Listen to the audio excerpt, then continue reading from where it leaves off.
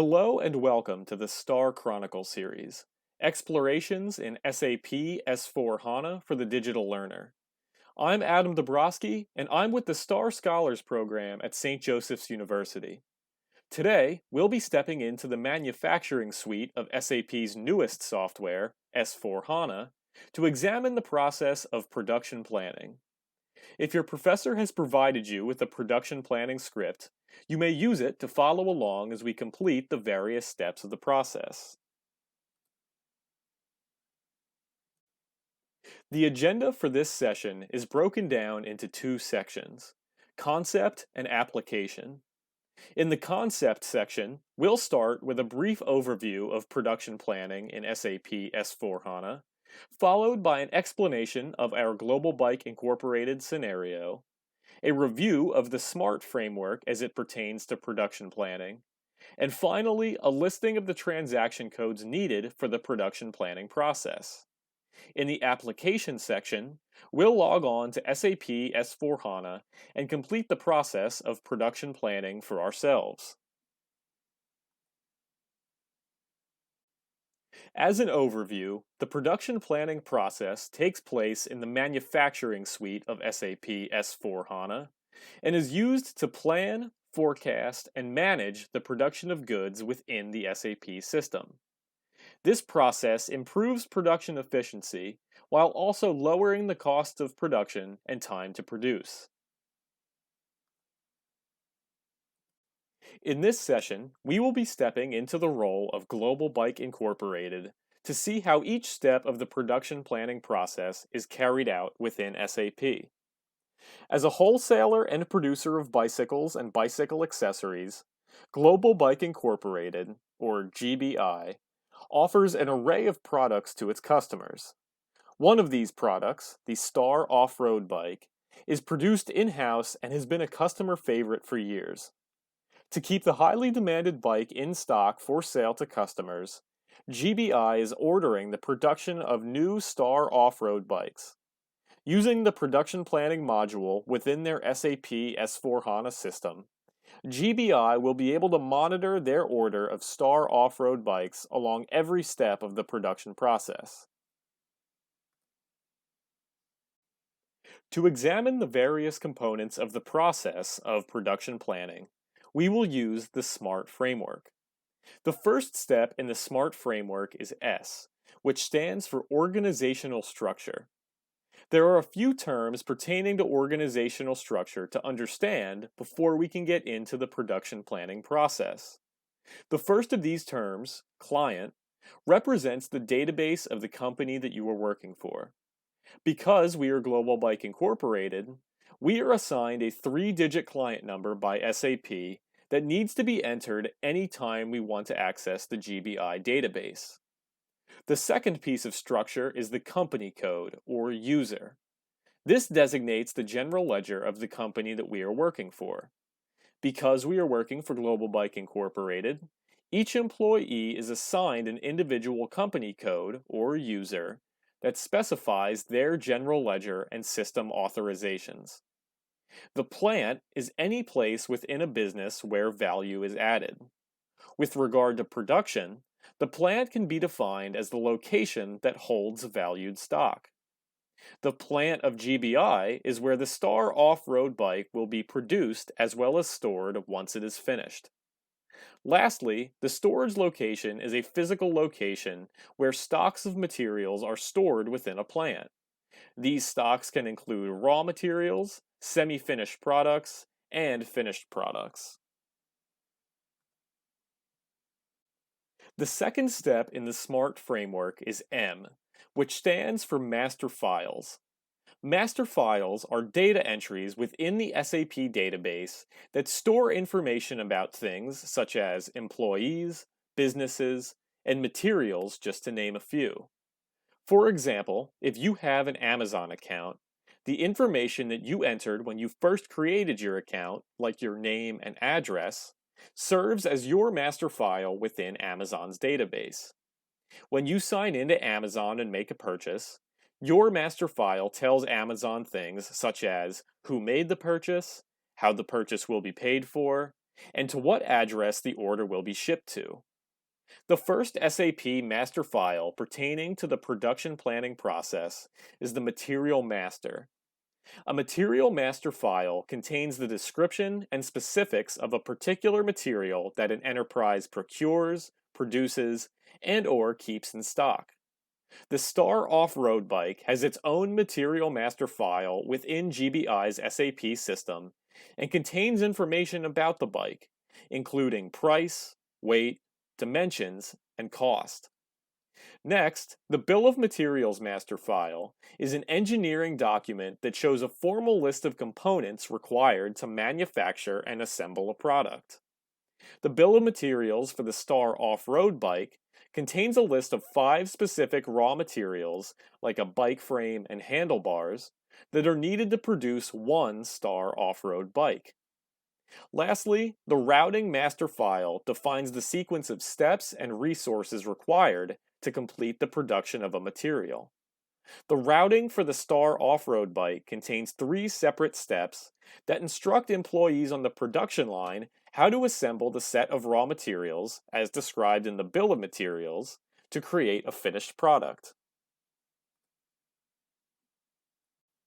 Moving on to the A, or application process step of the SMART framework, we'll now take a look at the application process of production planning. The first step in production planning is to create a sales and operations plan. The sales and operations plan determines what material a company will produce and uses several inputs to forecast production numbers, including the sales forecast and beginning inventory levels. GBI will create a sales and operations plan to figure out how many Star Off-Road bikes should be produced in order to meet sales and inventory targets. The second step in production planning is to create a production order. A production order is a document that specifies the type and quantity of a material or materials to be produced and defines key information regarding the production process, such as the activities that have been carried out, the availability of raw materials, and the costs of production. The production order is dynamic and changes to reflect the most current status of production as it is carried out. Once the sales and operations plan has been created, GBI will create a production order for the Star Off-Road bike based on the results of the sales and operations plan. Next, the production order will be released for production. When an order is released, it means that the information within the order has been confirmed and that production on the factory shop floor is ready to begin. This is the step where production physically begins. After the details contained in the production order of Star Off-Road bikes have been confirmed by a GBI production manager, the order will be released and the production of Star Off-Road bikes will begin on the factory shop floor. As the steps of production progress, an order confirmation will be issued so that management may track the steps of production. The order confirmation provides status updates on a production order, as well as records the different phases of production. GBI production managers will reference the order confirmation several times throughout the production process in order to ensure timeliness and efficiency. Lastly, a goods receipt is created once the material has successfully been produced. A goods receipt is issued when there is a physical inbound movement of goods from the production line into the warehouse. In the company's accounting system, the goods receipt signifies the removal of goods from the work in process account to the finished goods inventory account. Once production is completed on the order of Star Off-Road bikes, a goods receipt will be issued to move them from GBI's work in process account to their finished goods inventory account. The next step in the SMART framework is R, which stands for reports. One of the SAP software's greatest features is its robust reporting capability. Between the thousands of reports that SAP can generate based off of the data stored in the database, the report that pertains specifically to the production planning process is the cost of production report. The cost of production report displays specific details pertaining to the costs incurred by a company from a production order. These costs are broken down into several categories, including raw materials consumption and labor. The total costs incurred in production are displayed in this report, as well as the quantity per each resource used. To find unit costs per resource, the total cost can be divided by total quantity. The cost of production report is based heavily in managerial accounting and is used primarily by company cost managers to better understand the costs incurred by manufacturing a product. The last step in the SMART framework is T, which stands for Test Controls. In this step, we will undergo a mini audit to evaluate the completed production planning process. The evaluations completed in this step are done to assure the accuracy and completeness of the SAP system's ability to facilitate each step of production. In order to understand the underlying set of controls that govern both the activities of the SAP system and of the business, we will need to know things like, why is the goods receipt step of production so crucial to the process, and where the audit trail is located within the production order. Additionally, we will need to evaluate the cost of production report that we discussed in the R step of the SMART framework through the lens of a systems auditor in order to ensure that there are no indications that the numbers displayed on the SAP report have been fabricated. We must also ensure that there are no areas in the process where unauthorized access could have occurred. Once these evaluations are completed, we will need to mention the findings to GBI CEO Art Vandelay in the email that we sent him in the application section of this session. The last thing we need to do before we log into SAP is to review the transaction codes necessary for the production planning process. Every transaction in the SAP system is identified by a unique code number called a transaction code, or a T code for short. SAP allows for users to enter these unique code numbers as another means of navigating directly to a transaction. Essentially, T-codes are shortcuts that we can use to access the transactions or functions of the SAP system much more quickly. Once we log into SAP, we will add these T-codes into our favorites folder for ease of access. The first of these transaction codes is MC88, which allows us to create a sales and operations plan for the Star off-road bike. Next, MC74 allows us to send the sales and operations plan to demand management, who will determine the resources needed to produce the Star off-road bike. We will then use MD02 to run Material Requirement Planning, or MRP, to ensure that the resources needed to produce the Star off-road bike are in stock and will be available on time for production. Next, MD04 will be used to evaluate stock requirements, which validates the findings from the materials requirement planning that all necessary resources to produce the Star off-road bike are in stock. After that, CO02 will be used to create a production order for the production of Star off-road bikes. Once the production order is ready to be released, we will use T-code CO15 to physically begin production of the Star off-road bikes on the factory shop floor. After production of the Star off-road bikes is completed, we will use T-code MIGO to create a goods receipt and move the finished Star off-road bikes from the production line into our inventory. At this time, the Star off-road bikes will also be moved out of GBI's work in process account and transferred into their finished goods inventory account. Finally, we will use T-code CO03 to provide a final confirmation and inspection of the production order of Star off-road bikes, as well as to view the cost of production report. Now that we've completed the concept section of our production planning session, and you've learned a bit about the background of the process and how it works, we can move on to the application section and log into SAP S/4HANA to complete the process of production planning for ourselves. Hello everyone and welcome to the application section of our production planning within SAP S/4HANA session.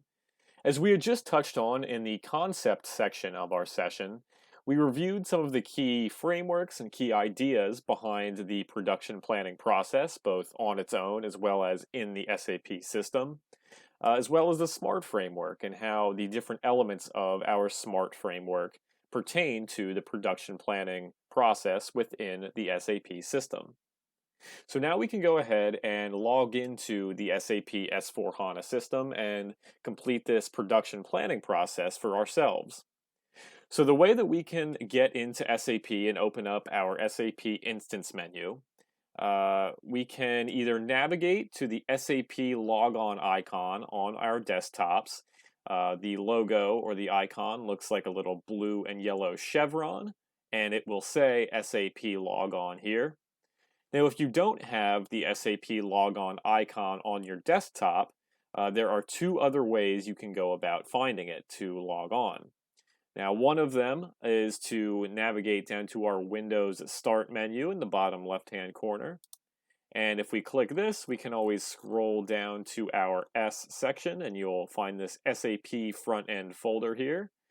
So if we open this up, the SAP logon is going to be in this SAP front-end folder, and we can just click on it from there to open up our SAP application.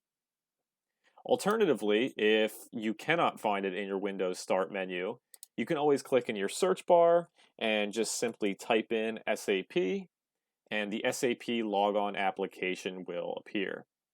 So once we have that populated, whichever way you have found the application, we can go ahead and click on it or double click on it to open our application up. And now once this application starts up, we will be met with our SAP instance menu, which is going to show us all the different instances and servers that are offered to us through SAP. After double-clicking on our SAP logon application icon, we will be brought to the SAP logon instance menu. Now, the first thing we'll want to do here, just so we can see the complete list of all of the instances that are offered to us, is maximize this window. So if we navigate to the top right-hand corner, we can find our maximize icon next to our close icon, and we can click on that. And now we have the full screen view of the instance list, all the instances that SAP offers us. So another way to think about all of these different instances are that these are different servers, and they are each a server for a different SAP software. Now, they're all offered to us through the University of Wisconsin at Milwaukee, which is why if you take a look under the Workspaces section on the left-hand side of this menu, you'll see UW Milwaukee UCC. If you're clicked on Local, you won't see any of our instances here that we'll need to log on to our SAP S/4HANA system. So you will want to make sure that you have UW Milwaukee UCC selected under Workspaces. And as you can see, that opens up the full list of instances that are offered to us. Just taking a brief glance through the Connections section of our SAP logon menu, we can see a list of all of the instances offered to us through the University of Wisconsin at Milwaukee. One of the most important things to notice is that with these instances, you have the instance sign over here, and then a brief descriptor of what that instance offers.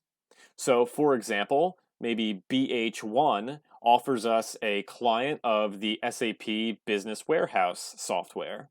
Whereas if we go down a little bit further, and this instance BUELL offers us a client of the SAP S/4HANA software. So the particular instance that we're looking for to get into the correct client for the production planning process is Harley. So if we go over to the scroll bar located on the right-hand side of the screen and scroll down maybe to about the middle of the list, seeing as it is in alphabetical order, we can find that Harley is right here. And it gives us, as shown, in the client in the SAP S4HANA software, specifically with GBI 3.2. Now, this instance is what I'm going to be using for demonstration purposes in this video, but here is one of many points throughout this process that require a specific identifier. So you'll want to check with your administrator to make sure that you're logging into the correct instance using the correct credentials. But for the demonstration purposes in this video, I'll be logging on to the instance of Harley. So once we've located our instance of Harley, which is the one we'd like to log into, we can go ahead and select it by double-clicking on it, and this will open up our SAP logon menu, where we'll enter some identifying credentials in, and which will allow us to log in to the SAP S4HANA system. Once in our SAP logon screen, there are a few key pieces of organizational structure that we'll need to enter before we can get into the SAP system and start on the production planning process. Now, the first thing we'll want to take note of is the information section located in the center of our SAP logon menu. What this information section tells you is just some key information about the client you're logging into, as well as the instance and the software that you'll be using. So if we take a look, we can see that the system we're logging into is going to be running the Global Bike 3.2 client. And we can check that it is the correct software of SAP S4HANA by looking at the next line down. And the information section tells us that we will be using the SAP S4HANA 1709 system. So if we shift our focus over to the left-hand side of the screen, you'll see a few empty fields. Now, if you remember back to our SMART framework, you'll remember the organizational structure step. And the SAP logon menu is the first of many places throughout our process today and throughout the SAP system where we will be prompted to insert key pieces of organizational structure in order to authenticate ourselves as well as our accounting ledger and our database. So the first of these pieces of organizational structure that we'll need to enter is our client number. So once again, if you remember back to the concept section, you'll remember that we said the client is what represents the database of the company that you are working for. So for example, if we were Coca-Cola, we would have a few different client numbers provided to us by SAP that would be the identifier for our Coca-Cola's database. However, because we're Global Bike Incorporated, we have been provided a very specific 3-digit client identifier by SAP that identifies GBI's database. So if we click into our client field here, we can go ahead and get rid of the default 000. And the client number for GBI in this SAP S4HANA system is 502. So we can go ahead and type in our 3-digit client number in the client field. Now, just with any organizational structure that you will see in today's session, it's all subjective based on the user. So because this video is for demonstration purposes, I'm using a very specific set of organizational structure, and yours may not be the same. So once again, I urge you to check with your administrator to ensure that you're logging in using the correct organizational structure, which includes the client number, your user, and your password. But for our purposes in the video today, our client number is 502 for Global Bike Incorporated's database. Now, once we've entered in our client number, the next piece of organizational structure that needs to be entered is the user identifier. Now, the user identifier acts as your username for the system. This is subjective per user, and this is what specifies the accounting general ledger per user.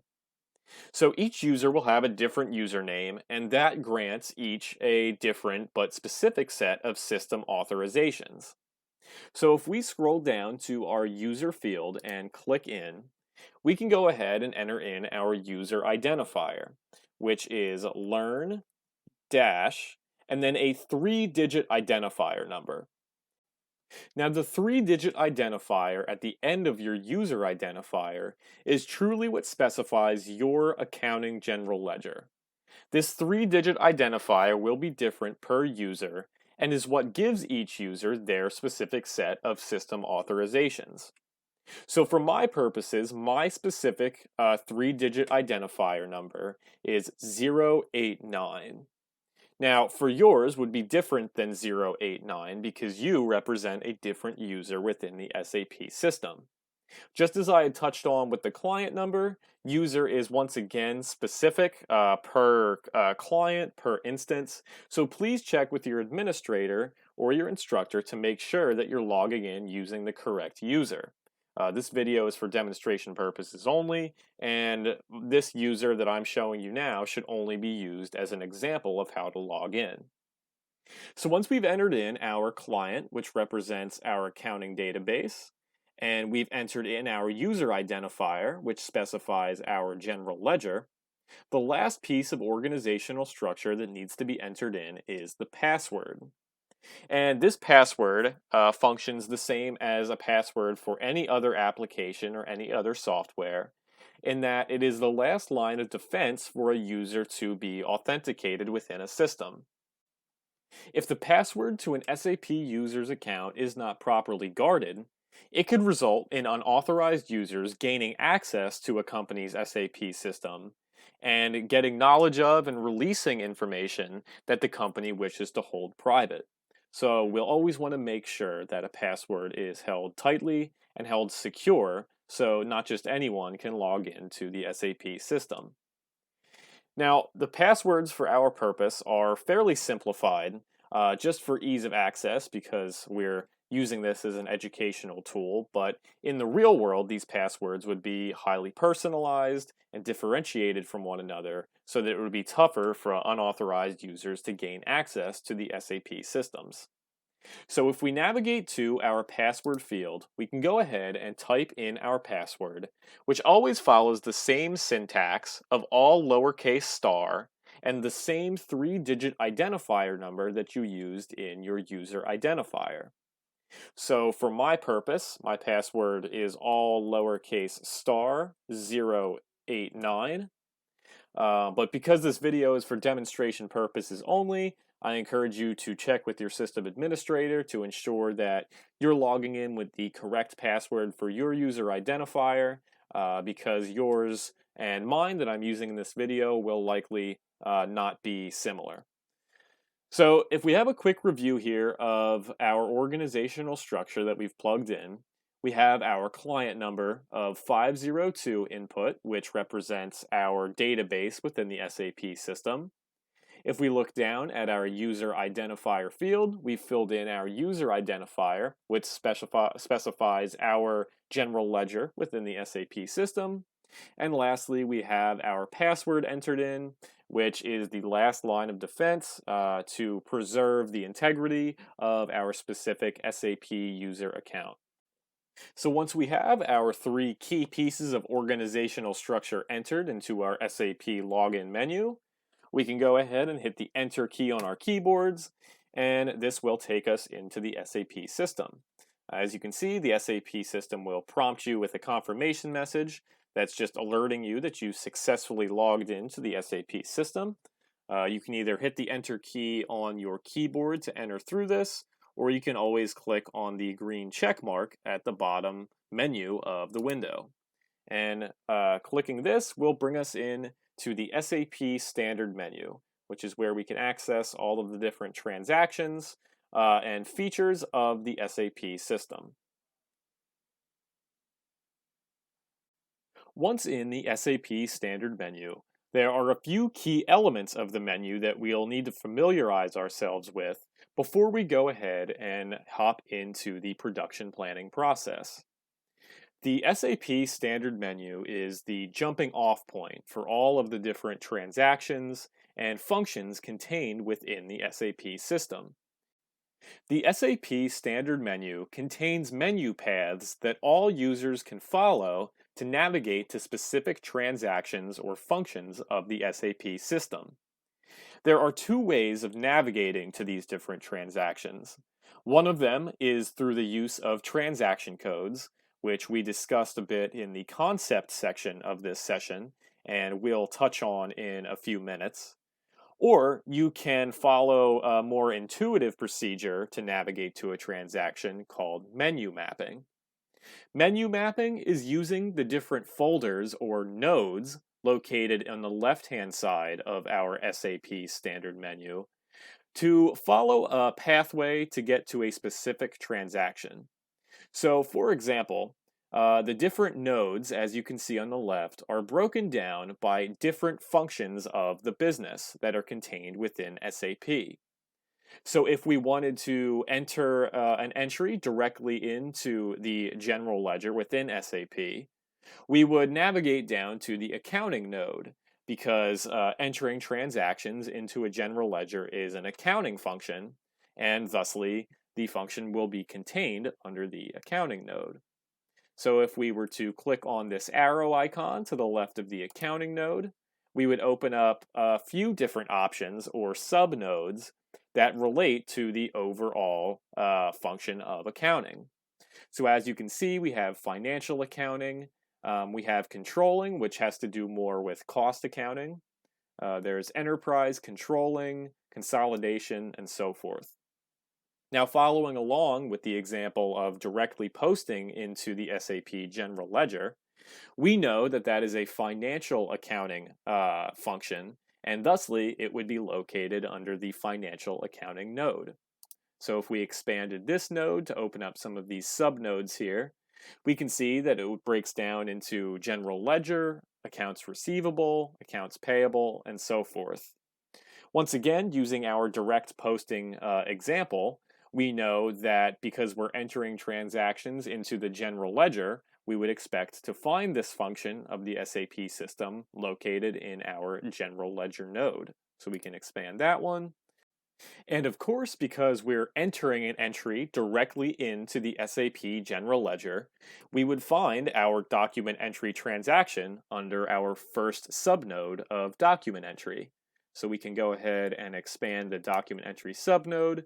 And you can see here that the transaction enter GL account document would be the transaction we would use to directly enter these transactions into the SAP system. So that was just a quick example of menu mapping, the more intuitive way of navigating to a specific transaction within the SAP system. If we wanted to condense our menu in our SAP standard menu back to the way it was when we initially logged in, we could navigate up to the top menu bar next to our search field to our SAP menu icon, and we can go ahead and click on that, and it will condense our SAP standard menu nodes back to their original format. Now, as I had discussed in the concept section of our session, the alternative way to navigate to transactions in the SAP system is through the use of transaction codes, or T codes for short. Now, if you recall, when we discussed this, we said that transaction codes were basically shortcuts that we could take in the SAP system that navigate us directly to a specific transaction by the way of a unique identifier, which is the T code or the transaction code. Now, the thing about transaction codes is that each transaction within the SAP system has its own individual transaction code. And there are thousands and thousands of transactions within the SAP system. So unless you know the exact unique identifier, it might get a little bit complicated to use these transaction codes. Thankfully for us, we know the set of transaction codes that pertain to the production planning process within SAP, and thus we can activate transaction codes and enter them into our favorites so that we have them for ease of access, and we can quickly navigate through the different production transactions instead of having to menu map to each one. So the first thing that we'll need to do is to activate or enable transaction codes within the SAP system.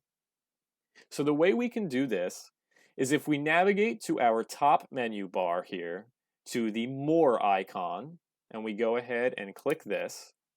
From the drop-down menu that's presented to us, we'll want to go to Extras, and from Extras, we'll want to navigate down to the Settings option. And once you have Settings selected, you can go ahead and double-click, and this will open up our Settings window. Now you'll see 4 different options presented in this Settings window. And the one that we're looking for to turn on or enable transaction codes in the system is the last setting down, which says Display Technical Names. Now, once we find this Display Technical Names option, we can navigate to the checkbox icon on the left-hand side and click on it to check the box and select that we want to display technical names within the SAP system. So once we have this option and this option only selected from our settings menu, we can navigate down to the green checkmark icon on the bottom of the settings window, and we can click it, and this will enable transaction codes in the SAP system. Now that transaction codes are enabled within our SAP system, we can go ahead in and add the various transaction codes that pertain to the production planning process to our favorites, which if you see the top option here on the left-hand side of our standard menu, we have our favorites folder. So we can go ahead and click on that to select it. And if we navigate to the top menu bar to the More icon once again, this time, instead of Extras, we'll want to navigate to the Favorites option. And from the drop-down menu of the Favorites option, we'll want to navigate to the Insert Transaction option. And once we're there, we can go ahead and click on Insert Transaction. And this will bring up the transaction code entry screen. Now, this window is where we will enter in the various transaction codes to be added to our favorites. And the first transaction code that we'll want to enter in is the one to create our sales and operations plan. And the transaction code for this is MC88. So once we have our transaction code entered into our transaction code field, we can navigate down to the green checkmark icon on the bottom toolbar of the window, and we can go ahead and click on that. And once we click on the green checkmark, we can see that the MC88 transaction has now been added to our favorites. So we no longer have to menu map through these different nodes to find this transaction. We have it instantaneously in our menu to access at any time we wish. Now, to enter in the rest of our production planning transaction codes to our favorites folder, we'll follow the same procedure that we used to enter in our MC88 transaction code. So once again, we can navigate to the top menu bar to the More icon, and from More, we can navigate to Favorites, down to Insert Transaction, and the second transaction code that we'll want to enter into our favorites is MC74, which is the transaction code to transfer materials to demand management. Once we have our transaction code entered in, we can navigate to our green checkmark icon on the bottom toolbar and click it, and it will be added to our favorites folder. We can follow this procedure again, go to More, Favorites, Insert Transaction, and the third code that we'll want to enter in is MD02, and that's the transaction code to run Material Requirement Planning, or MRP. And once we have this entered in, we can once again click on our green checkmark icon in our transaction code entry window, and it will be added to our favorites. So once again, More, Favorites, Insert Transaction. The code that we want to enter for this favorite is MD04, and this is the transaction to evaluate stock requirements. Once we have our MD04 plugged in, we can go ahead and click our green checkmark icon. Moving right on down the line, more, favorites, insert transaction. We'll want to enter in our transaction code CO02, which is the transaction code to create our production order. Once we have that entered, we can click on our green checkmark icon. Next, we can go to more, favorites, insert transaction, and we can enter in CO15, which is the transaction code to release our production order. Once we have this, click on our green checkmark icon. Once again, more, favorites, insert transaction.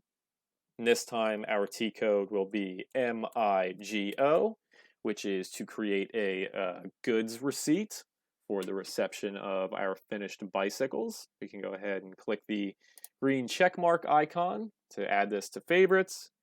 And finally, the last transaction code that we'll want to enter in to our favorites by going to more, favorites, and insert transaction is CO03. And this is the transaction code to display our purchase order. Once we have this entered in, click on our green check mark. And now we have all of the transaction codes necessary to navigate through the different steps of the production planning process. And now that we have these inserted into our favorites, we can actually get started on the first step of the production planning process within SAP S/4HANA, which is to create a sales and operations plan. Now, if we remember back to the concept section of our session, we'll remember that a sales and operations plan is where we as GBI use a few different inputs, such as a sales forecast or inventory forecasts, and we figure out how much of a particular product that we want to manufacture. So the product that we at Global Bike Incorporated manufacture is the Star off-road bike. And this bike has been a customer favorite for years, and because sales are beginning to tick up for the current period, we're in the midst of trying to figure out how many of these Star off-road bikes we need to produce so that we have enough to sell and enough to keep in inventory. So to create our sales and operations plan, we can navigate to the first transaction code in our favorites list, which is MC88. And once we've navigated to our favorite T code here, we can double click to enter in. And we're brought to our initial screen to create our sales and operations plan. Once in the initial screen for our Create Sales and Operations Plan transaction, the SAP system prompts us to enter a few key pieces of organizational structure in order to correctly generate a sales and operations plan for the specific material we wish to produce, as well as what plant we wish to produce that material in.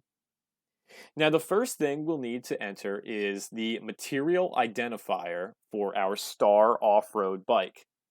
Every material within the SAP system that GBI produces has its own unique identifier, similar to our user identifier. So if we click into this material field and we navigate over to this gray magnifying glass icon, we can actually search the SAP database for the specific material identifier for our Star off-road bike. So if we click on this magnifying glass icon, we can open up the search window that allows us to look through the SAP database and find our specific identifier. So this window allows us to search the SAP database using a few different types of specific criteria. As you can see, two populate up top in this window, One criteria is material number or material description, and the other is material by old material number.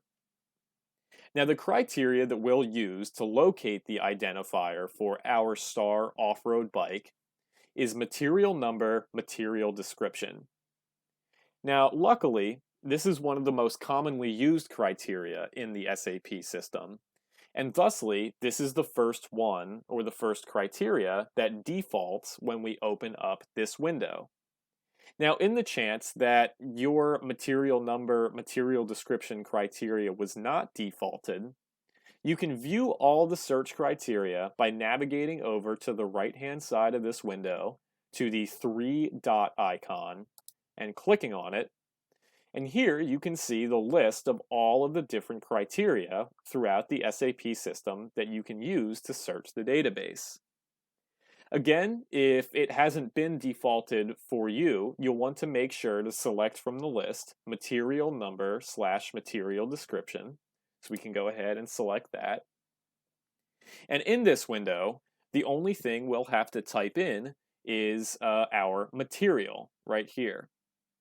So we know that the identifiers for these materials only differ in the 3 digits at the end of the identifier. Now, if you remember back to when we logged into the SAP system, we used a 3-digit identifier to specify each individual user. Now, that 3-digit identifier is going to come in handy here because we're using the same 3-digit identifier to find our STAR off-road bike. So to find our individual STAR off-road bike, we can navigate down to the material field and click into it. And now we can enter in the identifier. Now, these identifiers for the STAR off-road bike all follow the same pattern, and the only place of differentiation is, of course, the ending 3 digits, which are individualized per each user. So for my purposes, my 3-digit identifier is 089. That's the 3-digit identifier that I used to log into the system and to authenticate my account. And I will use that 3-digit identifier again to find my specific STAR off-road bike in the SAP system. So in this material field, we can type the beginning of the identifier for our STAR off-road bike, which is always all capital STAR 11. And then this is where we would put in our 3-digit identifier. So for example, my identifier for my STAR off-road bike is STAR 11089. But say if you were user learn-002, the identifier for your STAR off-road bike would be STAR 11002. So this will be different for every individual user because every user has their own STAR off-road bike master material file within the system. So to find mine, after I type in the beginning, STAR 11, I can type in my 3-digit identifier of 089. And now once I have the full identifier plugged in, I can either hit the Enter key on my keyboard, or I can navigate to the bottom of this window to the toolbar and click on the Start Search icon. And as we can see, after it has completed searching the SAP database through all the different master files, we see that my STAR off-road bike file has appeared. And we can tell that because both in the material description, it says my 3-digit identifier, which is 089, and under the material column, it has STAR 11089. Again, this is specific per user account in SAP, and yours will differ from mine. So you'll want to make sure that you are entering in your specific 3-digit identifier when searching the system.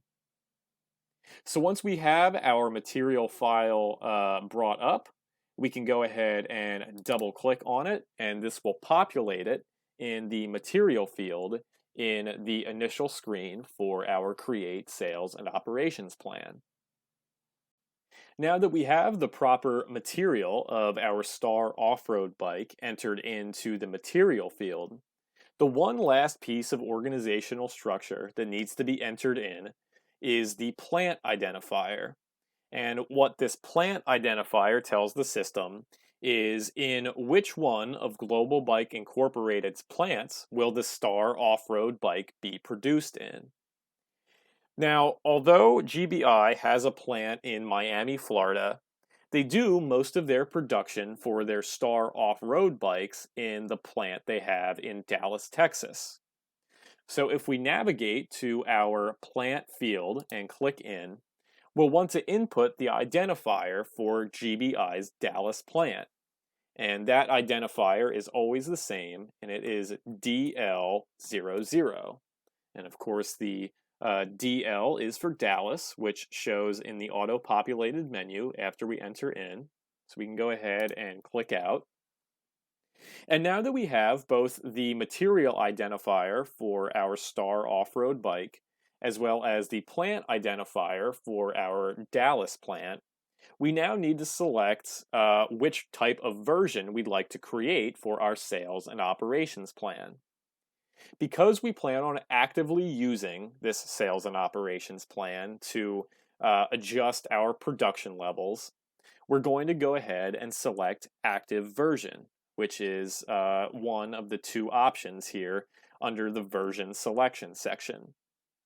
So once we're here and we have both pieces of organizational structure plugged in, we can go ahead to the active version icon and click on it to give us the basic format of our sales and operations plan.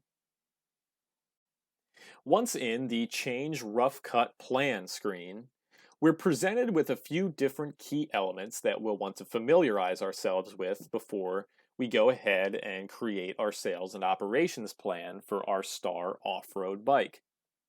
So as you can see, some of the key organizational structure information that we entered in the previous step is brought up in our rough cut plan. So we have the material, which is our Star off-road bike. We have the plant of Dallas, which we're going to create or produce these Star off-road bikes in.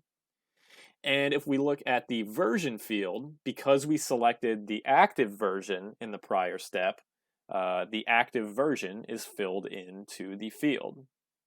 So now if we look down a little bit to this SOP Plan Individual Materials section, we see that there are a few different rows that are presented to us. The first one is sales, production, stock level, target stock level, and so on.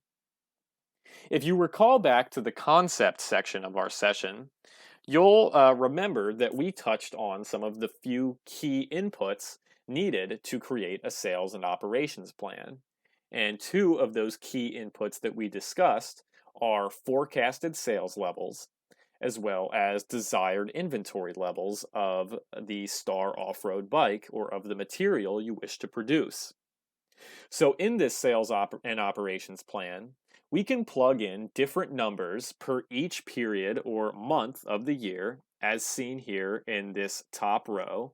We have month 6, 2020, because currently, at the time of this video, it is June 2020. And we can see that time periods go on by month. So we have the 7th month, which is July, August, and so on. So the first thing we'll want to do here is, in order to forecast the correct amount of Star off-road bikes to produce from this sales and operations plan, is we'll need to enter in how many of these off-road bikes we forecast to sell over the coming months. This sales forecast is what allows us to be efficient in our production and only manufacture as many Star off-road bikes as we need so we have enough to sell without making too many or too few. So GBI has told us as the production manager that in the current month of the year, they project to sell 40 of these Star off-road bikes. So if we navigate to our current month here, which in my case is June, but in your case, this may be different. So whatever the current month is, it will show up in this first column. So if we go to the intersection of the sales row and the current month column, we can go ahead and type in the quantity of 40 because our fellow colleagues in the analysis department at GBI have told us that they expect GBI to sell 40 Star off-road bikes in the current month. So our colleagues have also provided us with some information for the next few months in terms of sales forecasts. And they've told us that in the next month, which in my case is July, GBI projects to sell 50 Star off-road bikes. So in the sales row under the next month column, we can go ahead and input our amount of 50 Star off-road bikes. The colleagues have told us that in the month of August, or in the second month away from the current month, GBI forecasts to sell 60 of these Star off-road bikes. And in the last month of this 4-month forecast, our colleagues in the GBI analyst department have told us that the company plans to sell 70 of these Star off-road bikes. So we can go ahead and enter 70 into our fourth month column and the sales row. So just mapping out the entire forecast that we have for sales, we have 40, which are to be forecasted to be sold in the current month. We have a quantity of 50 Star off-road bikes that are forecasted to be sold in the next month. 60 Star off-road bikes to be sold in the month after that. And for the final month, our GBI analysts project that we'll sell 70 of our Star off-road bikes. Now, once we have our sales forecast for the next 4 months plugged into our sales and operations plan, the one other element that we'll need in order to accurately create this sales and operations plan is the target stock level that we wish to have in inventory at the end of each month. For example, if you had a target stock level of 10, that means that at the end of the current month, you want to ensure that you have 10 units of the Star off-road bike left in your inventory. If you think about this in a little bit different way, this target stock level serves as a safety stock in that it ensures that if our sales forecasts that were set at the beginning of the period are exceeded for any given month and we sell more than we had projected, we have enough of the Star off-road bike left in our inventory that we can meet that sales demand without having to produce more. This target stock level also allows us to carry over the extra stock of the Star off-road bike into the next period, and this allows us to gradually build up our inventory levels. So the same GBI analysts that provided us with 4 months worth of sales forecast figures have also gone ahead and forecasted the target stock levels for those same periods.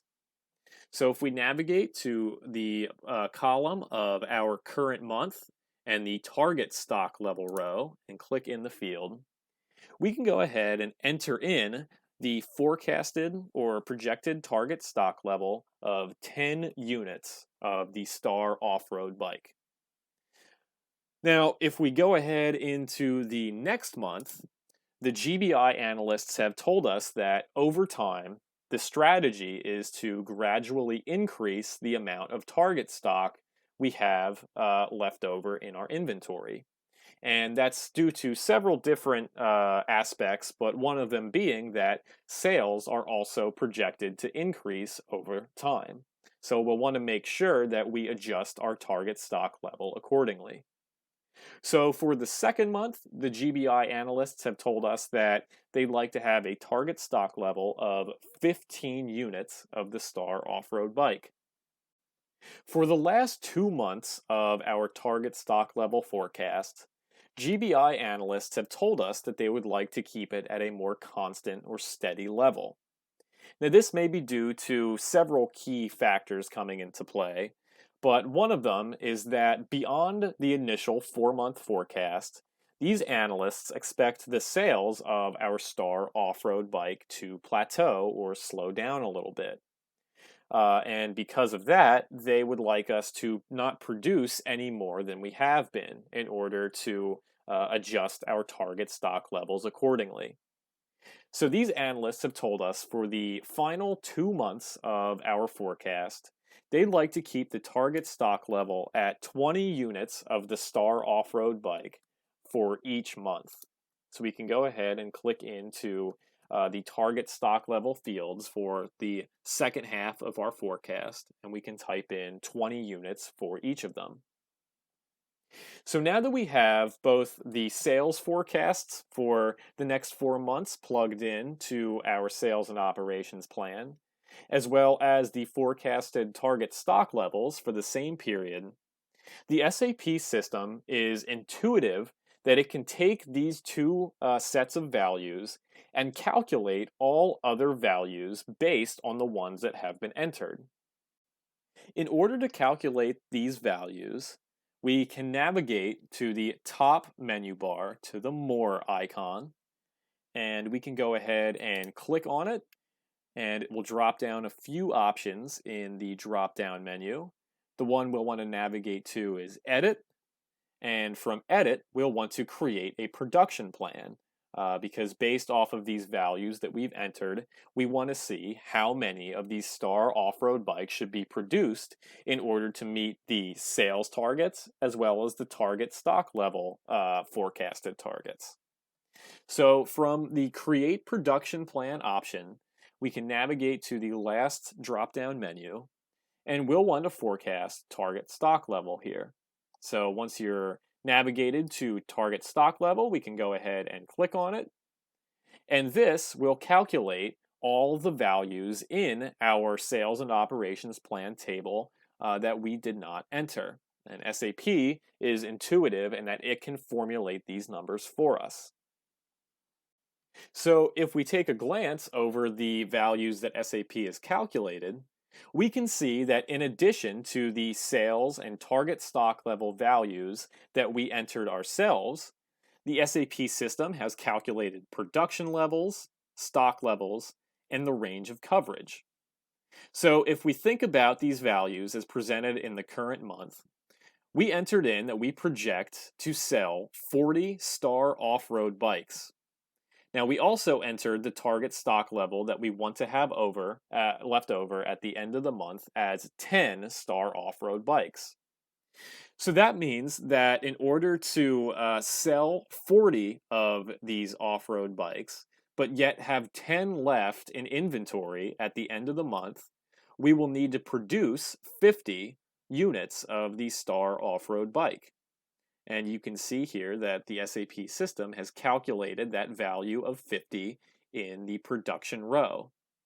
If we move ahead to the next month, the GBI analysts told us that they project to sell 50 Star off-road bikes, but yet they wanted to have 15 left over in our target stock level inventory.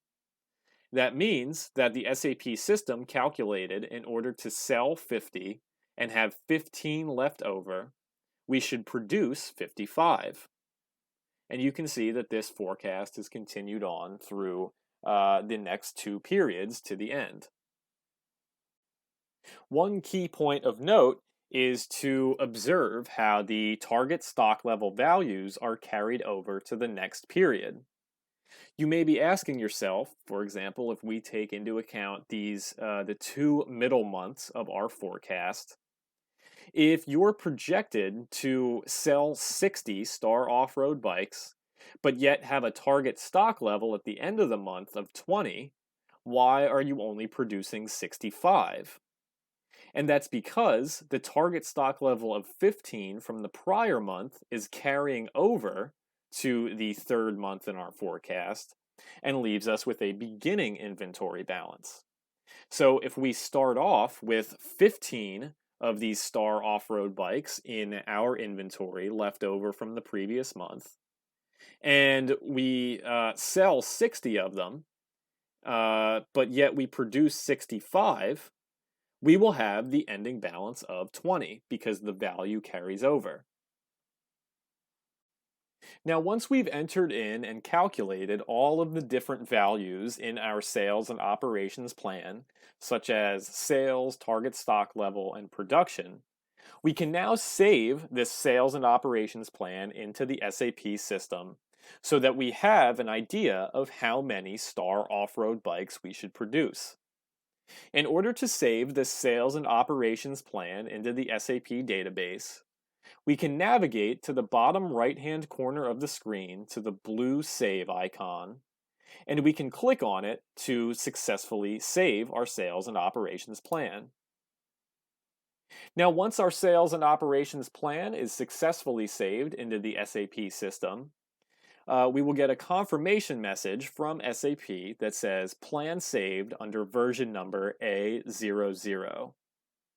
Now, you'll want to make note of this A00 identifier. You may want to take the time to write it down or just keep it in the back of your head, because as we get on further down into the production planning process, we will need to reference this sales and operations plan. As we talked about in the concept section of our session, you'll recall that all of the different steps of production are based off of the initial sales and operations plan. And there can be several different plans contained in the SAP system, so we'll want to ensure that we're referencing the correct one. So once we've gotten this confirmation message that our sales and operations plan was saved, and we've made note of our A00 sales and operations plan identifier, we can navigate back to SAP Standard Menu by going to the top right-hand corner of our transaction screen to the exit icon and clicking on it, and we will be brought back to SAP Standard Menu. After we've created the sales and operations plan for our Star off-road bike, the next step in the production planning process is to transfer the material to demand management.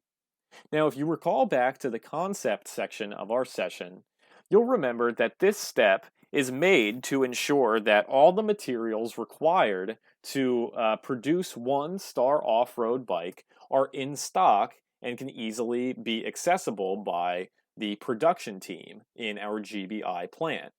If we don't have stock of some of the raw materials that are needed to build a Star off-road bike, the GBI procurement agents will have to go out and procure those raw materials from an external vendor. So the way we go ahead and send our sales and operations plan and our material of our Star off-road bike to the demand management office at GBI is by the T code MC74.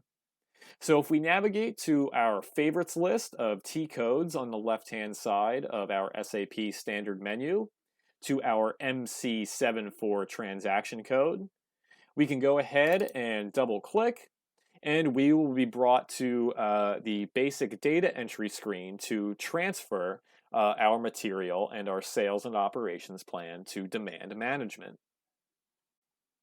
Once in the basic data entry screen to transfer our material to demand management, we once again must input a few key pieces of organizational structure in order to send the correct material. So if we take a look at some of the fields that SAP prompts us to enter information for, we can see that because we've been using our individual Star off-road bike, the SAP system has pre-populated the material field with our Star off-road bike identifier. If for some reason the material for your Star off-road bike identifier isn't entered into the material field, you can go ahead and enter that in now. And if you take a look in the plant field, SAP has pre-populated the Dallas plant identifier in as well. Once again, if it has not pre-populated this in for you, you can go ahead and take a second and enter in the Dallas plant identifier of DL00 in the plant field. And now if we go down to the next field of version, this is where we need to enter in the version identifier that we received in the last step for our sales and operations plan. Now, if you remember back to that step, the identifier for our sales and operations plan was A00. So if we click in our version field, we can go ahead and enter in the sales and operations plan identifier of A00. And once we've entered this in, we can go ahead and click out. And now we can shift our focus to this second section on our data entry screen, which is transfer strategy and period.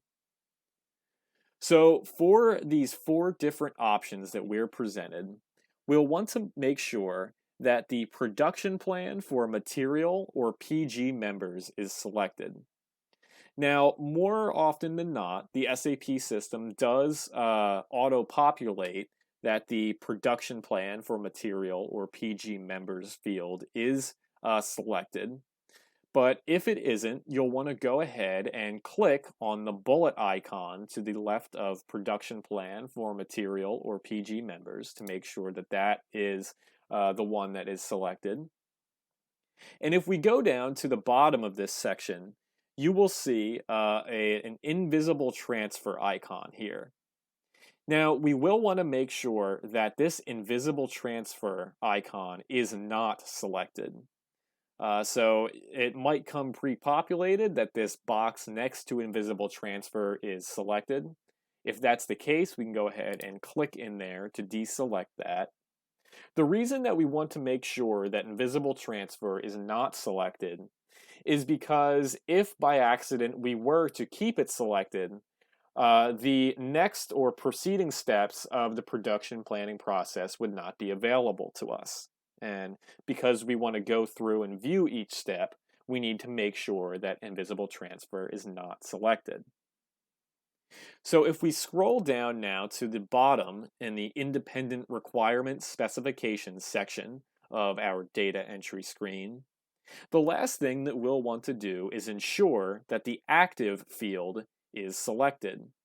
So if it isn't, you can go ahead to the checkbox icon next to the active field and click it to select it.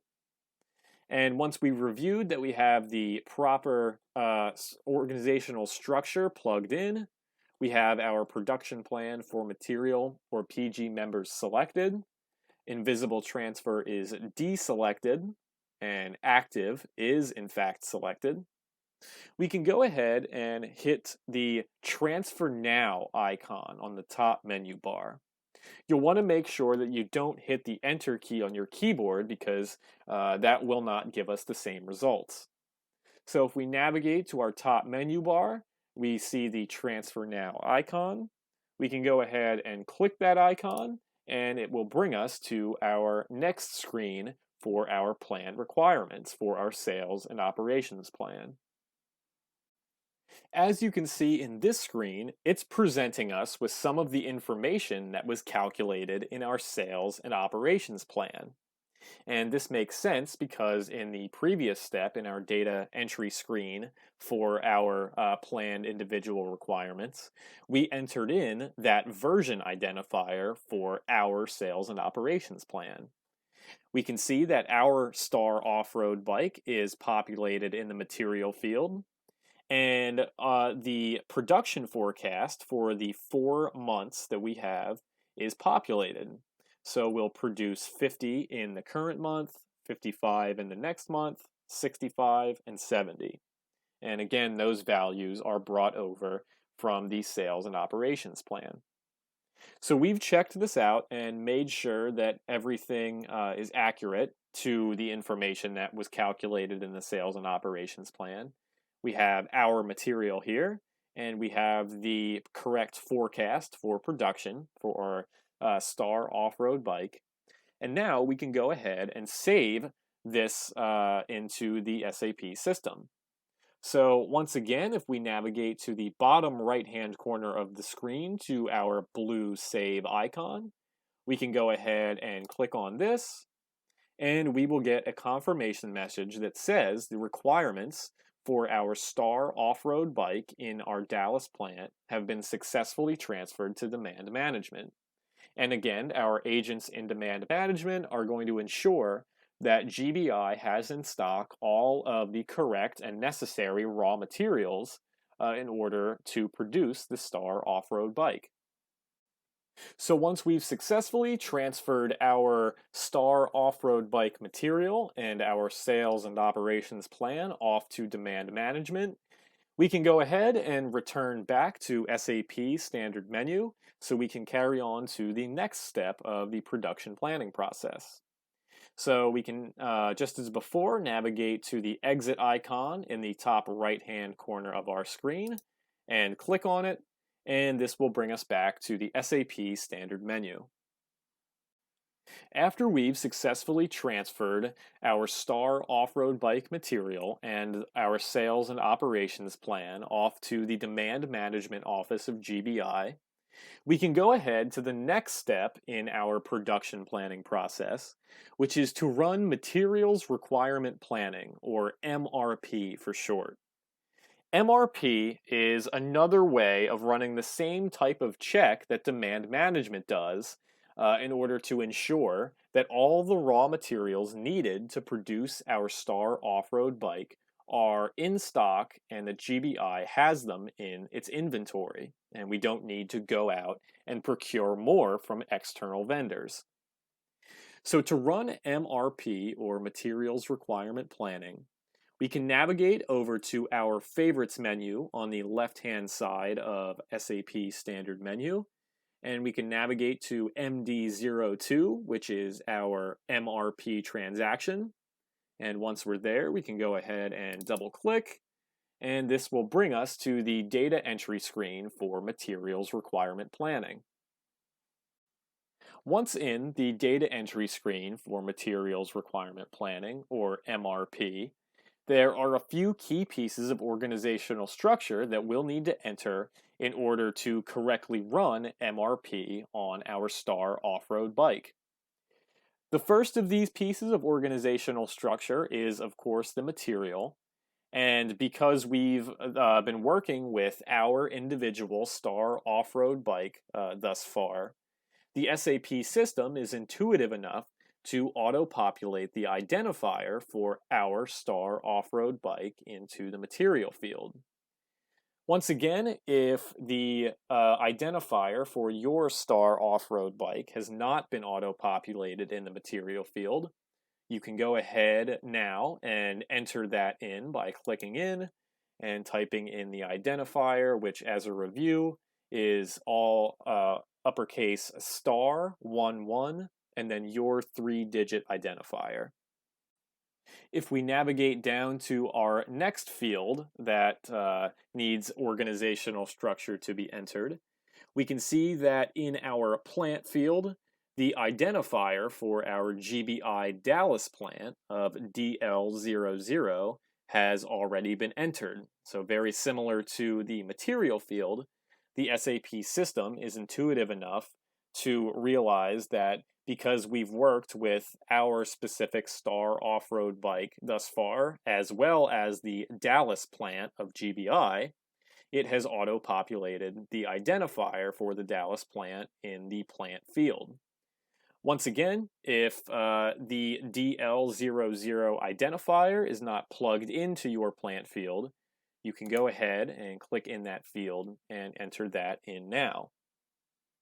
Now that we have our material and our plant organizational structure identified, we can scroll down to our MRP control parameters section. Now, each of these different elements under this MRP control parameters section all have red asterisks next to them, which denotes that they are mandatory fields. And all of these fields format the MRP report that we will see in a few minutes differently based on what is entered into them. So the first thing we'll want to enter in is in our processing key field, and we'll want to enter in NETCH, NETCH, and of course this stands for net change in total horizon. And commonly, the SAP system will have this NETCH option auto-populated in the processing key field.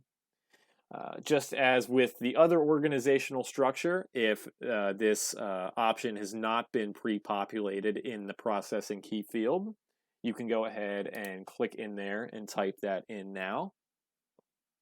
Right on down the line, if we go to the next field, which is create purchase requisition, we'll want to make sure that the identifier we have in that field is the number 2, which signifies that the purchase requisitions should be in the opening period. Once again, this should be pre-populated in that field. If it isn't, you can go ahead and type that in. Next, the SA delivery schedule lines field, we'll want to make sure that the identifier typed in there is the number 3, which stands for schedule lines.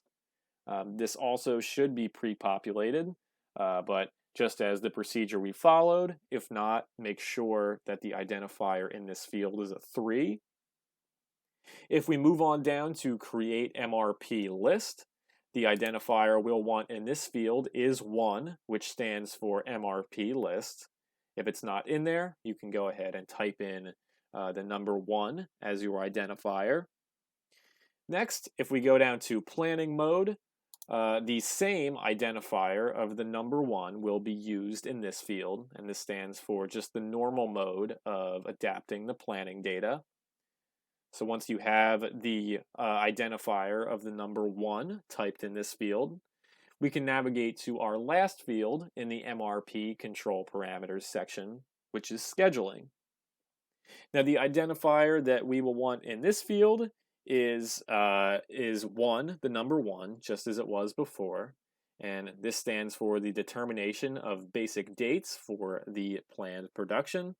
So of course we can go ahead and leave the identifier of 1 plugged in there if it already has been by the SAP system. If not, you can go ahead through and enter that in. So just as a review of what we should have for the different field entries in this section, under processing key we should have NETCH. For create purchase requisition, we should have 2, which stands for purchase requisitions in opening period. For SA delivery schedule lines, we'll want the identifier of the number 3. For create MRP list, the identifier of 1. For planning mode, the identifier of 1. And for scheduling, the identifier of 1. So once we've made sure we have those identifiers plugged into our MRP control parameters field, we'll want to scroll down to the bottom section, which is process control parameters. Now in here, we'll want to make sure that the only box that is checked is display material list. It's this third option down. If any of these other options are selected, you can go ahead and click in the checkbox next to that option and click on it to take the check out of there and deselect it. And next to our display material list option, we can click in the checkbox to make sure that that one is selected. And the reason we need this display material list selected is that if we didn't and we proceeded to the next step, we would not be able to see the full MRP report. So once we have all of our key organizational structure entered in, we have our material and our plant, all of the specific fields under MRP control parameters, and we have our display material list checked, we can go ahead and hit the Enter key on our keyboard to proceed to the next step of materials requirement planning. Now you may get a soft code error, which is what we like to call these yellow error messages that the SAP system may send. And a soft code error is simply the SAP system's way of alerting you to just double check the organizational structure that you've entered into the data entry screen to ensure that everything is correct. It's an example of a control within the SAP system to ensure accuracy and that no incorrect values have been entered. So to clear this soft code error message and proceed to the next step of MRP, all we have to do is simply hit the Enter key on our keyboard once again, and we will be brought to the Materials Requirement Planning list or report. Once in our Materials Requirement Planning report, there are a few key figures and values that appear that we'll want to take note of and that pertain to the production of our Star off-road bikes. If we take a look at the top in the statistics section, we can see that there are 5 materials or Star off-road bikes that are planned to be produced. If we scroll down a little bit more to the parameters section, we can see some of the organizational structure that we entered in the data entry screen, such as the identifier for our Dallas, Texas plant, as well as some of those key identifiers for scheduling and MRP lists and so on. If we scroll down a little bit more to the bottom of the report, we can see some database statistics here that offer us information on the number of planned orders created, which is 4, and some other things pertaining to purchase requisitions. Under runtime statistics, it gives us some information about how long the production of these bicycles is expected to last. And most importantly, the section that is all the way down on this report gives us a view for the first time of the different materials required to produce the Star off-road bike. If you recall back to the concept section of this session, you'll remember that we discussed a concept under the M or master files step of the SMART framework called the bill of materials. Now, what the bill of materials is a list of raw materials that are needed to produce a specific material. So if we take a look at our materials list here, which is pulled directly from the bill of materials for our Star off-road bike, we can see that there are 5 separate materials outlined in this list. The first of which is the finished product of our Star off-road bike, and the 4 after that are key components or raw materials that are needed to produce that finished Star off-road bike. For example, we have our brake kit for the bike, we have an off-road frame, we have the off-road handlebars, and we have an off-road seat kit. And all 4 of these components go into one completed Star off-road bike. Now, there's one key component or raw material that is missing from this list, and that, of course, are the 2 wheel assemblies for our Star off-road bike. As with any bicycle, you obviously need 2 wheels to have a completed bike. And even though that it is not depicted on this report, we still have it in stock and are able to use it in the production of our Star off-road bike.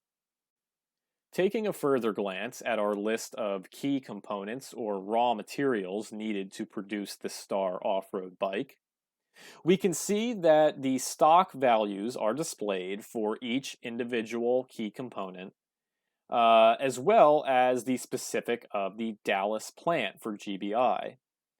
If this wasn't limited to the Dallas plant where the production of our Star off-road bike is taking place, these stock values would show the stocks of these raw materials for all plants that GBI owns.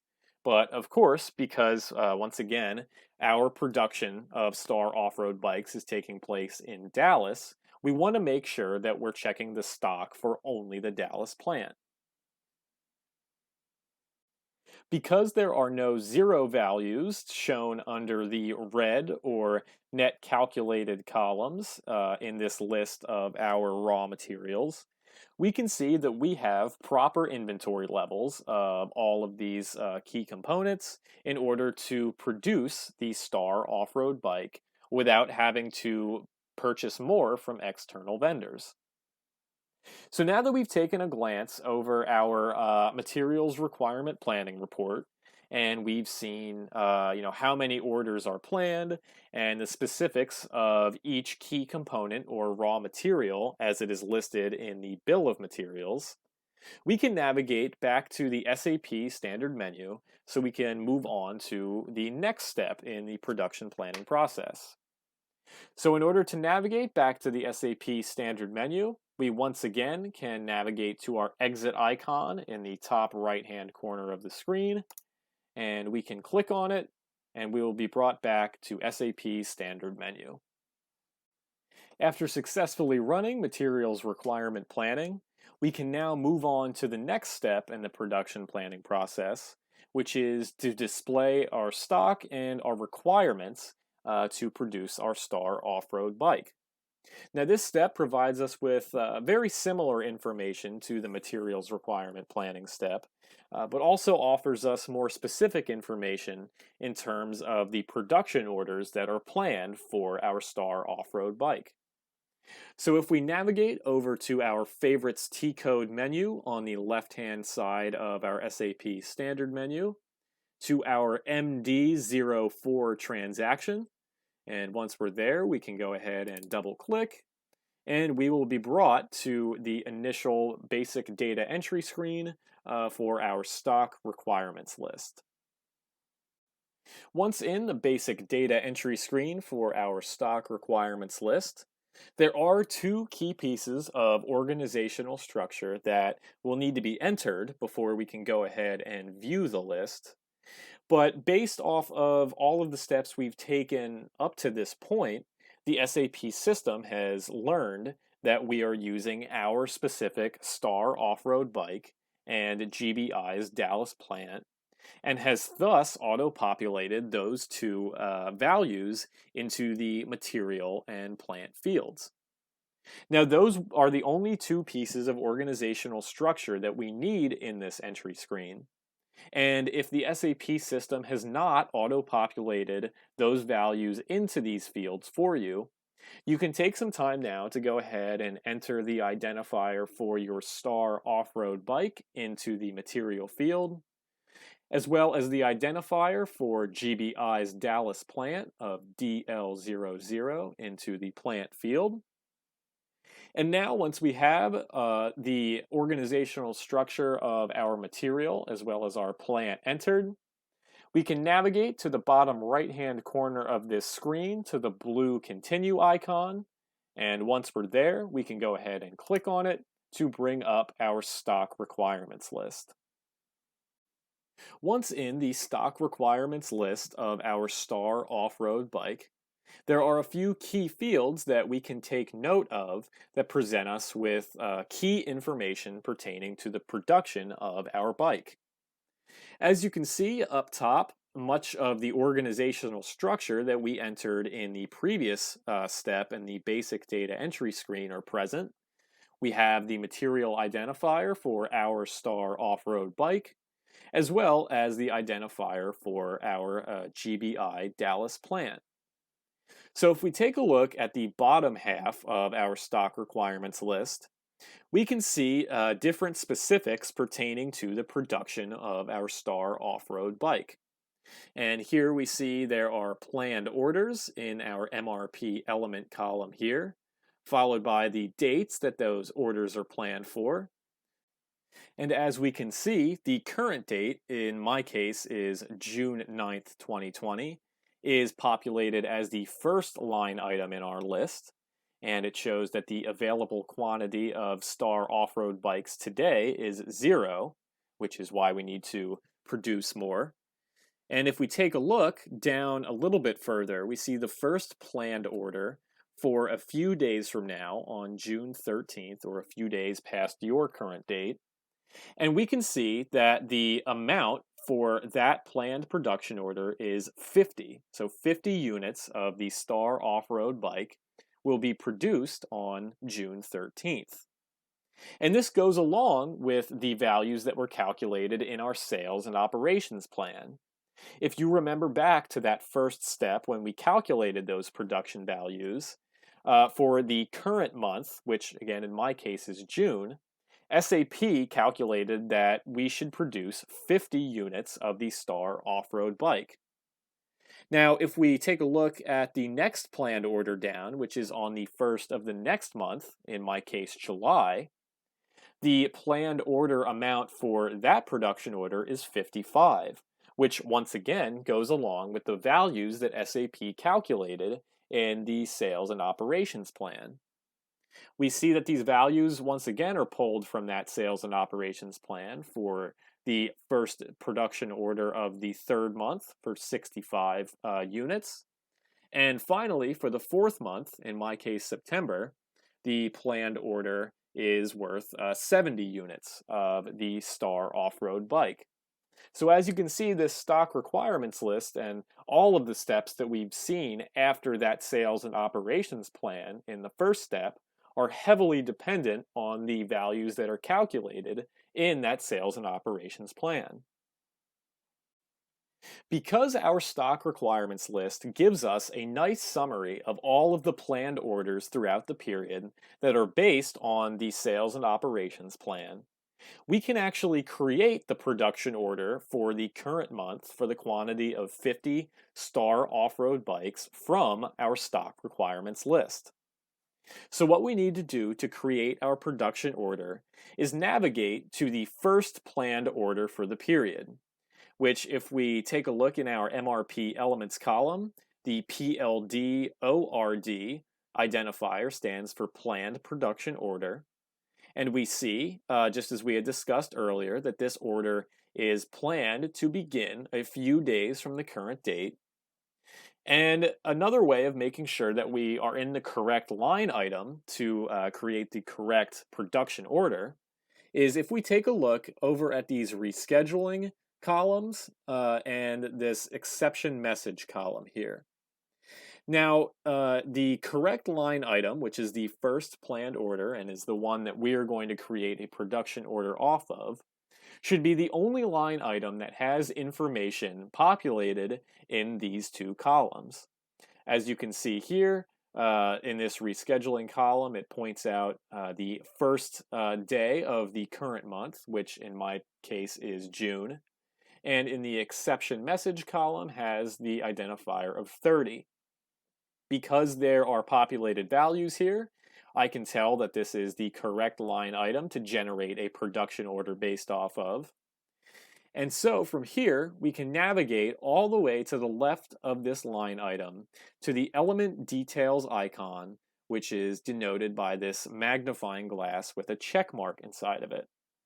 So once we've navigated to this icon, we can go ahead and click on it, and we will be brought up a window containing additional information about that planned order. Once our additional data for MRP element window that provides us with some additional information about our planned order appears, we can go ahead and click and drag this window to the center of the screen so we can see all of the data presented. And if we take a glance at some of the fields that are provided to us, we can see that this particular planned order has a total quantity of 50 units of the Star off-road bike, which again makes sense because this 50 was the quantity of Star off-road bikes that was calculated for the current month in our sales and operations plan.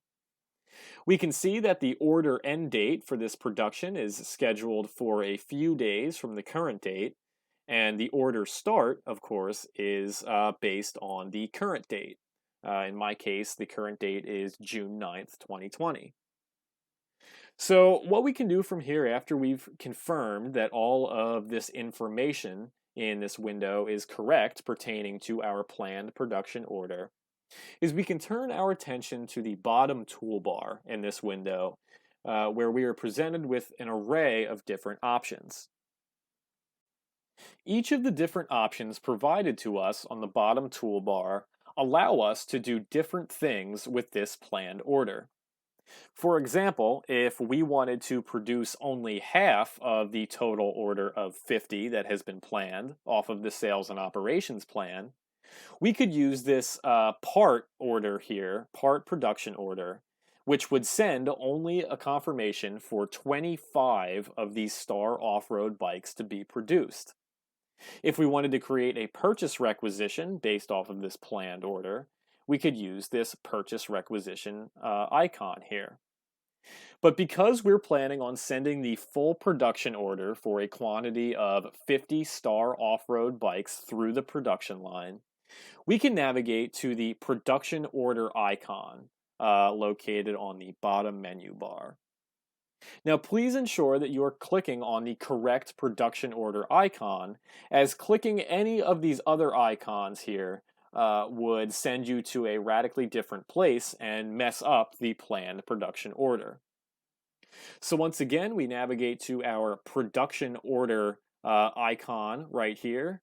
And once we've confirmed all of this information is correct, we can go ahead and click on this production order icon. And we will be brought to a screen that presents us with a release order window. Now, this window is nothing to be worried about, because all this window is alerting us of is that the material of Star 11089, which of course is our Star off-road bike, is not available. And that makes sense because, as we had seen in the stock requirements list, we do not have any of these Star off-road bikes in stock. So this is nothing to be worried about, and all we need to do is to navigate to the top right-hand corner of this release order window and navigate to the close or X icon. And once we're there, we can go ahead and click on it, and we will be brought to a screen which gives us some data about our production order. After clicking that close icon, we're brought to our production order create screen. And once again, this just gives us some in-depth information about the production order of our Star off-road bikes for the current month. Now, everything checks out here, and we want to make sure that we successfully save and create this production order within our SAP system. So if we navigate to the bottom right-hand corner of our screen to the blue Save icon, we can go ahead and click on it to create our production order of our Star off-road bikes within our SAP system. Now, once we have clicked on our Save icon and successfully created our production order in the SAP system, we will be prompted with a green confirmation message that says order number was saved. And again, this is just confirming that our production order for your Star off-road bikes was created. And you'll want to take a moment to write the order number down. We may need this later on in the production planning process, and it's better to have this number on hand instead of having to go through the SAP system and search for it. So if you take a moment and you go ahead and write your order number down so we can reference this later.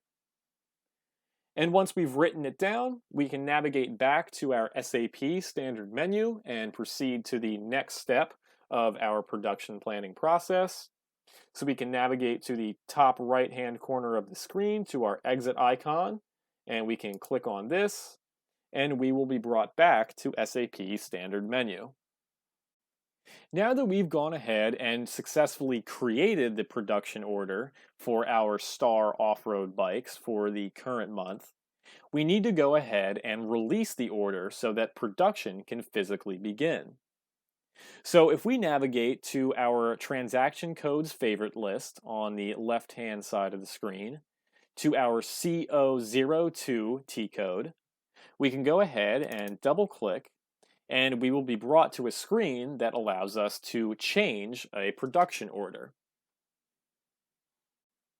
Once in the production order change screen, we can see that there is one piece of organizational structure that needs to be entered, and that is our order number.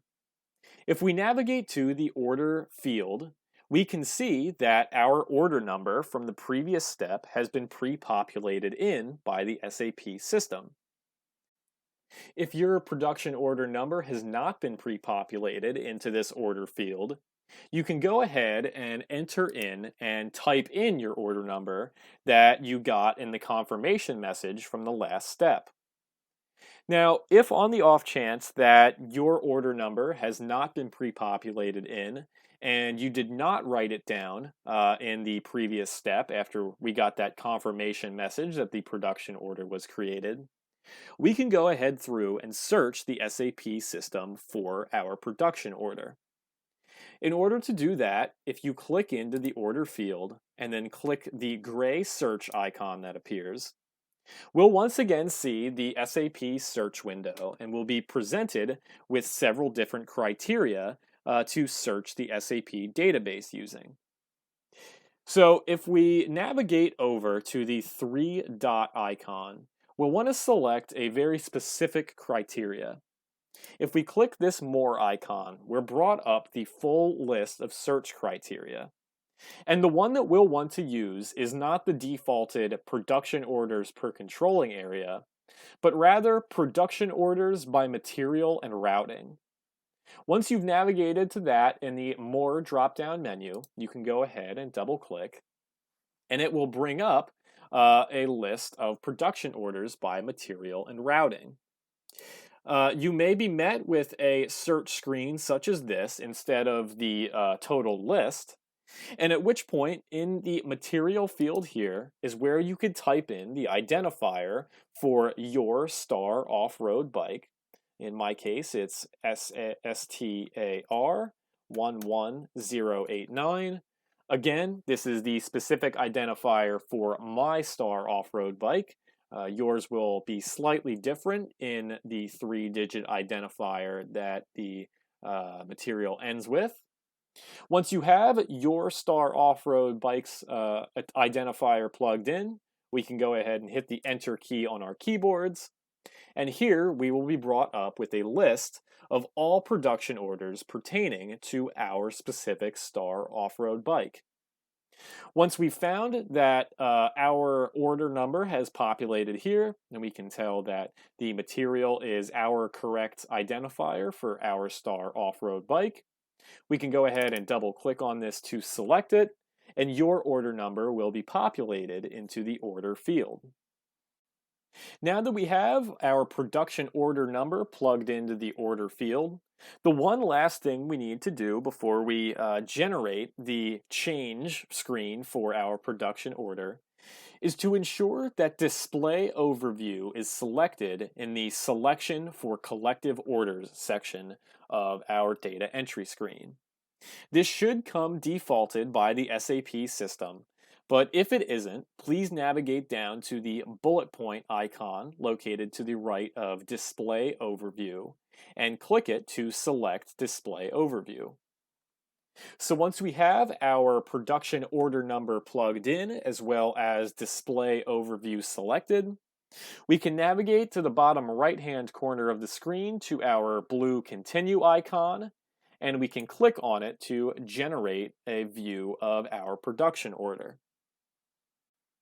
As I mentioned a few moments ago, we need to release our production order so that production of our Star off-road bikes may physically begin on the shop floor of our GBI Dallas plant, and the employees of the production line can get to work. To release this production order of our Star off-road bikes, we'll need to navigate to the top menu bar of our production order change screen and find the More icon located towards the right-hand side of the toolbar. Once we're there, we can go ahead and click on the More icon, and from the drop-down menu, we'll want to select Functions. Now, once we're hovering over Functions and the next drop-down menu appears, we can scroll to the first option, which is Release, and once we're there, we can go ahead and click, and we will be met with yet another release order window. Now again, this window is just alerting us that there is currently a non-availability of our Star off-road bike, which makes sense because we currently do not have any in stock, and which is why we're producing this and we issued this production order. And now, instead of closing out of this release order window, we can navigate to this release order icon. Now, once we're there, we can go ahead and click on release order, and the SAP system will generate a confirmation message that tells us that the release of our production order for 50 Star off-road bikes has successfully been carried out. And now the green light has been given to the employees on the shop floor and the production line of our GBI Dallas plant that the production may officially begin and that they can get to work. So now, once we've successfully gotten our confirmation message that our release has been carried out, the last thing we need to do is to save our production order in the SAP system. So if we navigate to the bottom right-hand corner of the screen to our blue save icon, and we click on it, we'll get yet another confirmation message that tells us that the release to our specific production order has been saved, and production is beginning physically on the shop floor. So now that we've successfully saved our production order release, we can navigate back to the SAP standard menu and move on to the next step of our production planning process. So if we navigate to the exit icon in the top right-hand corner of the screen, we can click on it and we'll be brought back to SAP standard menu. Now that we've successfully released our production order, we can now move on to the next step in the production planning process, which is to issue a final confirmation for our production order. In the time elapsed between the prior step of issuing the production order release and the current step of issuing a final confirmation for the production order, the Star off-road bike has started at the very beginning of the production line on the shop floor in our Dallas plant for GBI, and has been assembled through several steps of what we call routing. And if you remember back to the concept section of our session, you'll remember that routing is a master file that describes the instructions on how to create or produce a specific material. And after it's moved through the different steps of the routing as described through the master file, it's now reached the end of the production line and has been completely assembled as a complete Star off-road bike. So if we navigate over to our favorites list on the left-hand side of our SAP standard menu, and we navigate to our CO15 transaction code, we can double-click on this and we will be brought to a basic data entry screen to enter our production order confirmation. Once in our basic data entry screen for our Enter Production Order Confirmation transaction, the only piece of organizational structure that needs to be entered in is the number for our production order. Now, if you remember from previous steps, this is the same production order number that we were issued and that we should have written down. And at which point, if the SAP system hasn't auto-populated your production order number in the order field, you can go ahead and click in here and type in the order number for yourself. Or alternatively, if you don't remember what your production order number was and you don't have it offhand, you can always click in the order field and then click on the gray dropdown. And then from this menu again, you may find a display of the list of different production orders. However, if you don't, you may be brought to a basic SAP search screen. And of course, the criteria that we want to use to search the SAP database for our production order is production orders by material and routing. So if this isn't the criteria that's selected, we can navigate to the three-dot icon on the right-hand side of the window and find our production orders by material and routing. If we click on this, We can enter in the identifier for our specific Star off-road bike material, which is star 11, and then your 3-digit identifier. So for my purpose, it's 089. And now once we have the complete identifier for our Star off-road bike material plugged in, we can hit the Enter key on our keyboard, and we will once again be brought up a list of all of the production orders related to your specific Star off-road bike. And once we've found our order in the list, we can go ahead and double click, and it will populate it in the basic data entry screen. Now, once we have the key piece of organizational structure of our production order number entered into the order field, we can navigate to the bottom right-hand corner of the Enter Production Order Confirmation screen to the blue Continue icon. And once we're there at that blue Continue icon, we can go ahead and click, and we will be brought forward to a screen that displays some of the key information pertaining to our production order of our Star off-road bike.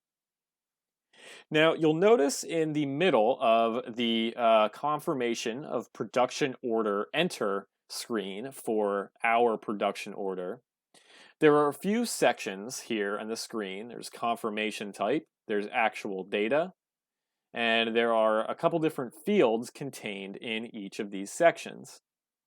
Now, if you look in actual data, the yield quantity field should have the quantity of the entire production order in.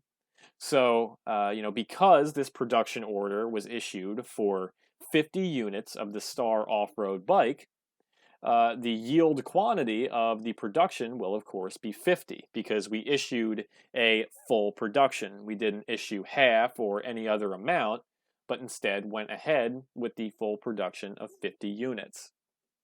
Now, the section of this screen that we'll want to focus on is the confirmation type section in the middle. And as you can see, there are a few different fields here. There's partial confirmation, final confirmation, and some others. Now, because we're issuing a final confirmation for our production order and confirming that all 50 of these Star off-road bikes were successfully manufactured, we'll want to make sure that the bullet icon next to the final confirm field is selected, because obviously we're issuing that full and final confirmation instead of any sort of partial confirmation. So if this field next to final confirmation in this bullet point icon is not selected, you can go ahead and click in there to select a final confirmation.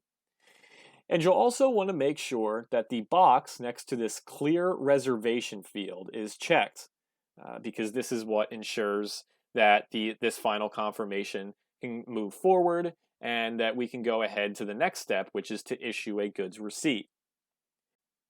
So as a final check that we have our final confirmation field selected and that the box next to our clear reservation field is checked, we can navigate to the bottom right-hand corner of the screen to our blue save icon, and we can go ahead and click on it to save our final confirmation of our production order into the SAP system. And we can see that the confirmation was successful, and it was successfully saved into the SAP system because we are alerted with a green confirmation message that says the final confirmation of our order was saved. And now that we've successfully saved the final confirmation of our production order into the SAP system, we can navigate back to SAP Standard Menu so we can proceed on to the next step, which is to issue a goods receipt. So if we navigate up to the top right-hand corner of our Enter Production Order Confirmation screen to the exit icon, and we click on this, we'll be brought back to SAP Standard Menu. By issuing a final confirmation on the production order of our Star off-road bikes, we've confirmed that the production of the Star off-road bikes has been completed, and they have now reached the end of the production line on the shop floor of our plant in Dallas, Texas. However, now that we're left with finished Star off-road bikes that have been completely produced, we must now go through and issue a goods movement document that will make changes to GBI's accounting records to reflect the fact that the Star off-road bikes have been completed and must now be moved into inventory for sale. So if we navigate to the left-hand side of our menu under our favorites list and go to our MIGOT code, we can go ahead and once we're there, we can double click and this will bring us to the goods receipt for our production order. Now that we're in the transaction to create a goods issue or a goods movement document for our completed production order of Star off-road bikes, there are a few key fields that will need to be filled out with information specific to our production order in order to issue a correct goods movement or goods issue document. The first of these fields that we'll need to enter information in is up here in the top next to the reference document field. Now, the first thing that we'll need to do is ensure that the correct options in the transaction event column and the reference document column are selected. So first, if we navigate over to the left to the transaction event column, we'll want to make sure that the goods receipt option is selected. Obviously, we're creating a goods receipt to move the finished Star off-road bikes into our inventory. So we'll want to make sure that the goods receipt is selected. This should come as the defaulted option by the SAP system. However, if it is not, you can go ahead and click on the arrow icon on the right of this field and select goods receipt. Now, if we make our way over to the reference document field, we'll want to make sure that the correct option selected is order. Now, the purchase order may come as the defaulted option in our goods receipt purchase order transaction. And if that's the case, we can go ahead and click the drop down arrow and make sure that we select order as opposed to purchase order. So we can go ahead and select order. And this makes sense because we are pulling our data and issuing a goods movement document for a production order, not a purchase order. So once we have our goods receipt in our transaction and event field, and we have our order in our reference document field, we can now move on to our order number field, which is directly to the right of the reference document field. Now, in this order number field is where we'll have to enter in the number from our production order. So, as from a previous step, you should have written your production order number down, and that is where you can enter it in manually in this step. Now, unlike the steps that we've seen thus far in the production planning process, we will not be able to search the SAP database for our specific production order number in this goods movement step. And that's because this goods receipt order transaction is used in a very wide number of instances, and thus the search criteria that the search feature provides us is not restrictive enough to be able to identify individual production order numbers. So if you remember your production order number, or if you've written it down from a previous step, you can go ahead and enter it in this order number field. So mine was 1 followed by 5 zeros and with a 1. Of course, your production order number is different because these are different production orders. So once we have this, we can go ahead and click out of that auto-populated menu so we don't select anything we aren't looking for. And now the last thing we'll need to do before we proceed to this next step is to find the GR goods receipt field here on the right-hand side of the screen. So in this field, we'll want to make sure the identifier that is entered in is 101, which stands for goods receipt for production order into warehouse. And if you think about it, this identifier makes sense because we are moving the finished Star off-road bikes from the end of the production line into the inventory in our warehouse. Hence why we have the 101 identifier. So as a review, once we have our goods receipt entered in our transaction event field, we have our order in our reference document. We have our specific production order number in the order number field, and we have our identifier of 101 in our goods receipt field. We can go ahead and hit the enter key on our keyboard, and this will register this information into the SAP system. Once we hit the enter key, the information that we've entered has been registered into the SAP system. And as you can see, your production order and the information that was contained in it has been brought up into this header data section in the middle of the screen. We see that our first and only line item contains our specific Star off-road bike, as well as the full quantity of the production order, which, if you remember from previous steps, especially the sales and operations plan, you can see that the quantity of 50 for production is displayed. The first piece of information is, of course, the quantity of the production order and the quantity of Star off-road bikes that are going to be moved into our finished goods inventory. If we take a look at the quantity in UNE column, we should have the full amount of our production order, which is 50, entered into the field. Now, the SAP system should have auto-populated this from registering your production order into the system.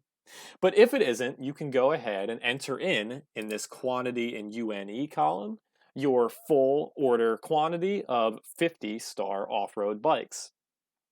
If we move now to the next field that we'll need to enter information in, we can see this storage location column. So if we click into this field, this is where we have to enter in the specific storage location within our GBI plant that we wish to store our Star off-road bikes.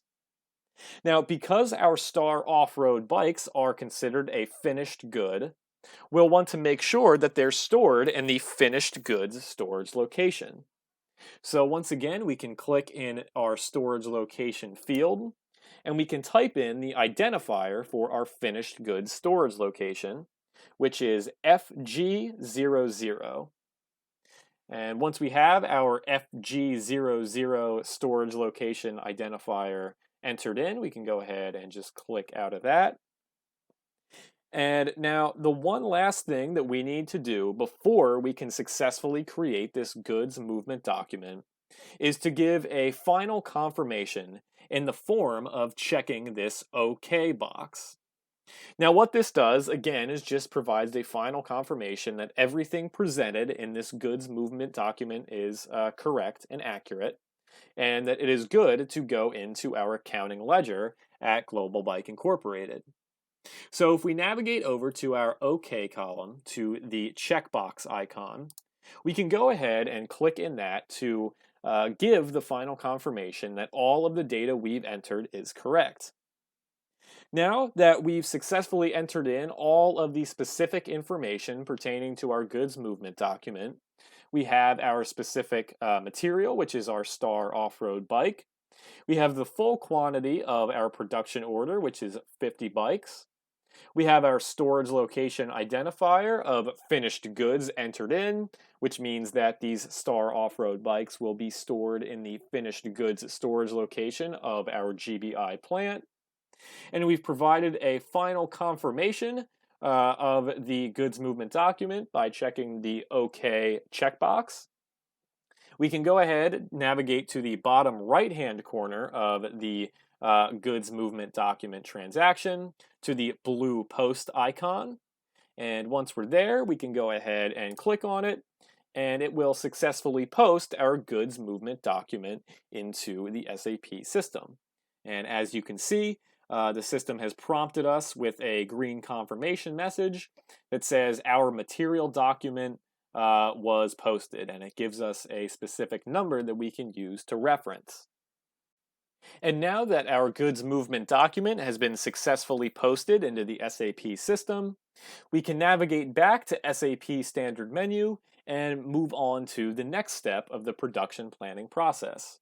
So to navigate back to Standard Menu, we can follow the same procedure by navigating to the exit icon in the top right-hand corner of the screen. And if we click that, we will be brought back to SAP Standard Menu.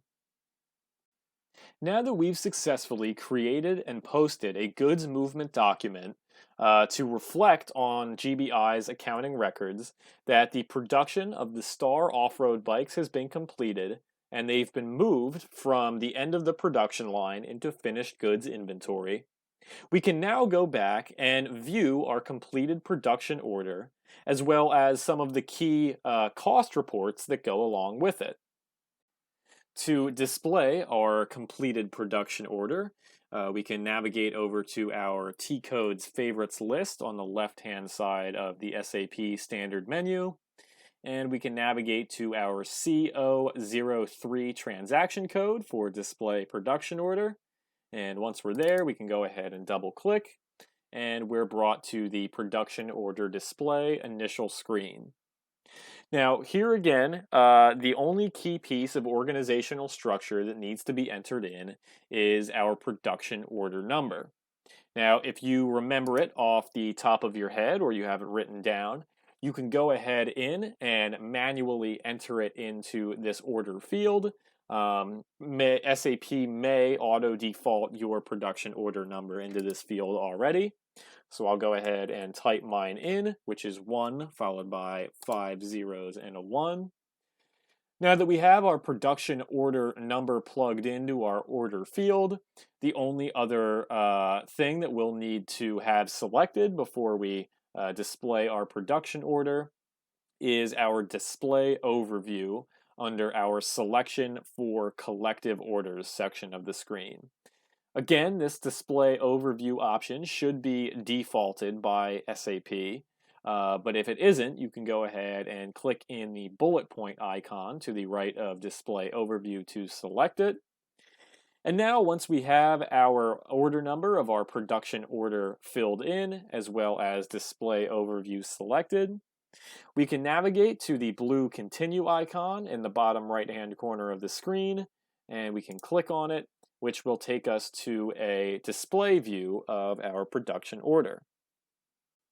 A few things to make note of in this display view of our production order. We can see in the General tab here that the Quantities section shows us the full quantity of how many Star off-road bikes were produced in this production order.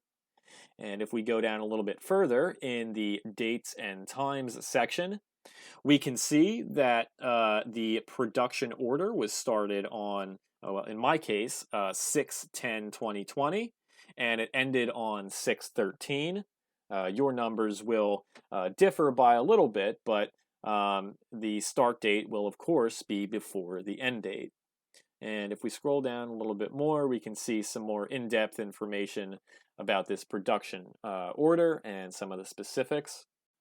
And now the first kind of report or piece of information that we would like to view as it relates to this production order is the accounting entry that showed the movement of the completed Star off-road bikes from our work in process account into our finished goods inventory account. So the way we view this accounting entry is that if we navigate to the top menu bar in our production order display screen, and we find our More icon, we can go ahead and click on More. And now from the drop-down menu, we can select the Go To option. And from the menu that appears in the Go To option, we can find the Costs option. And now from Costs, we can go ahead and click on the first option, which is Analysis. And this will take us to a report that shows some of the values as provided to us by our production order of our Star off-road bikes. Now, as we can see in this target actual comparison report, we see some values here of the work in process account as well as our labor account. Now, of course, these values were incurred from our production order of 50 of our Star off-road bikes at our Dallas plant. And we can see that the total actual costs that were incurred from producing these Star off-road bikes were $150,000. Now, if we take a look at the labor line item, we can see that the production of these Star off-road bikes also incurred $450 of labor expense. Now, to view the accounting entry associated with our work in process account, and as you can see here under the cost element column, our work in process account is number 741600. We can navigate to the $150,000 balance under our total actual costs column, and we can go ahead and double click on this for more information about this balance. So now that we have a little bit of a different report here that goes into a little bit more detail about this work in process balance of $150,000, we can see that the total quantity charged to this work in process account was 50, and that makes sense because in our production order, 50 units of our Star off-road bike were produced. And if we take a look at the offsetting account and name of offsetting account columns, we can see that the balancing debit to the credit to this work in process entry, as denoted by the minus sign here next to the 150,000, the debited account is the inventory of finished goods account, and that is account number 200100. Now, this view is good and it shows us a few key details, but we want to see the entry as it is shown in the SAP General Ledger, and that is not the format that is currently displayed. So if we navigate up to the top menu bar and we navigate to the document icon, it's the little magnifying glass with the check icon inside of it, we can go ahead and click in this. And this will give us kind of a similar view of what we saw in the goods movement document step. Now, while this gives us a familiar view of our production order data, it doesn't lay things out in the exact accounting document format that we would like. So in order to bring up the accounting document format, we can go ahead over to this header data icon here.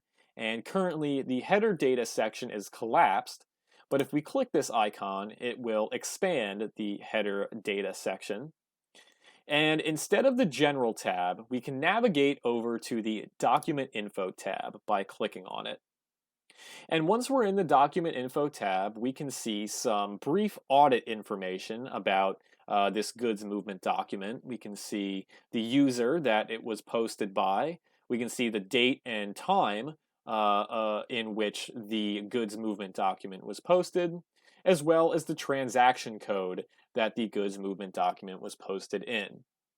But in order to view the accounting formatted entry, if we navigate over to the FI Documents icon and we click on that, it's going to give us a window that offers us three different options for views: an accounting document, a controlling document, and a material ledger. Now, obviously, because we'd like to see the accounting document, we can navigate to the accounting document entry here, and we can double click, and this will bring up a view of our goods movement document, or the transaction that occurred in the work in process account that we're a little bit more familiar with.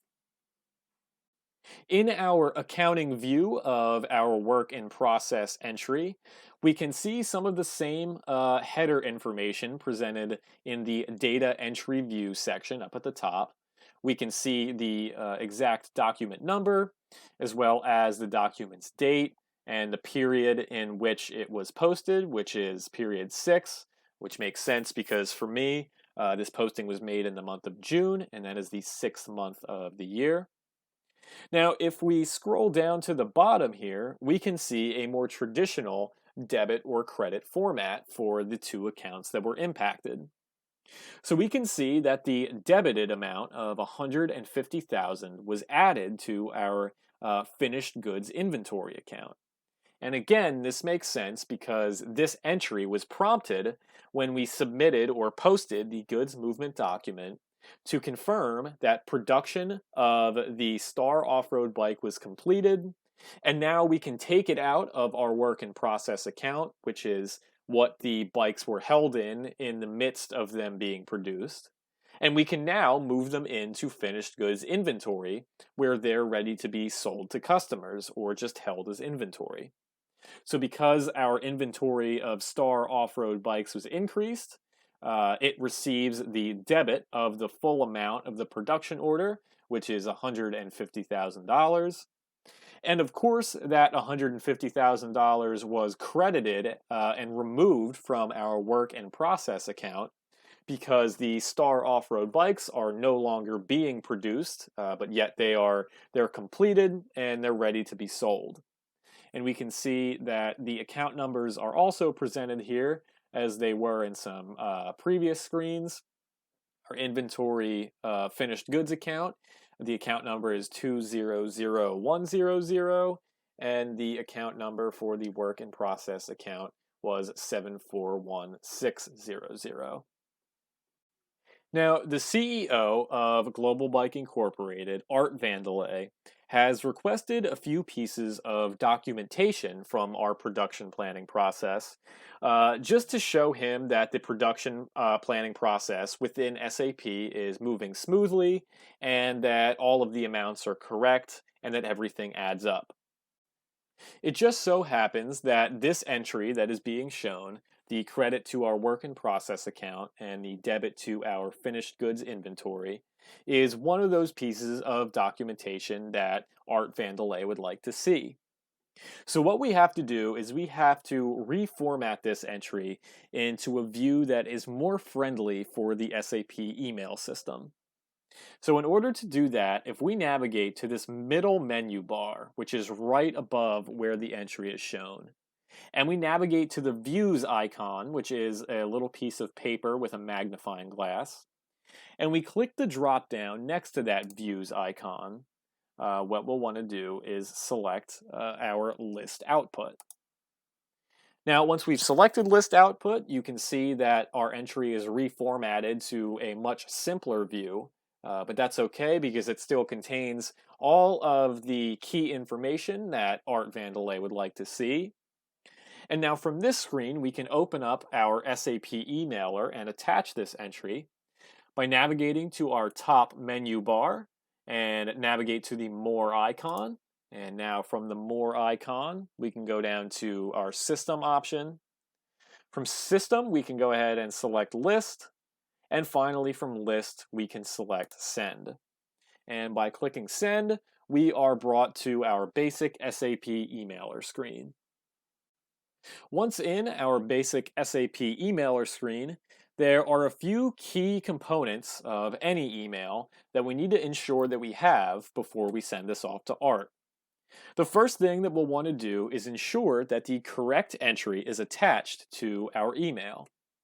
So if we navigate to these three top tabs here, Document Contents, Attributes, and Attachments, we can go ahead and click in the Attachments tab to see what is attached onto this email.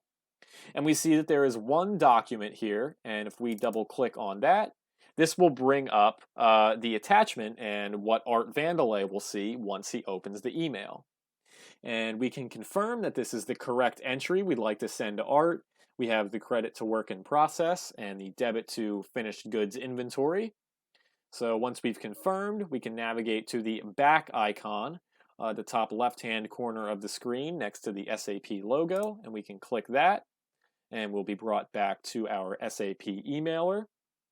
Now to get back to the regular body section of the email, we can go ahead and click on our Document Contents tab, and that will bring us back to the body section.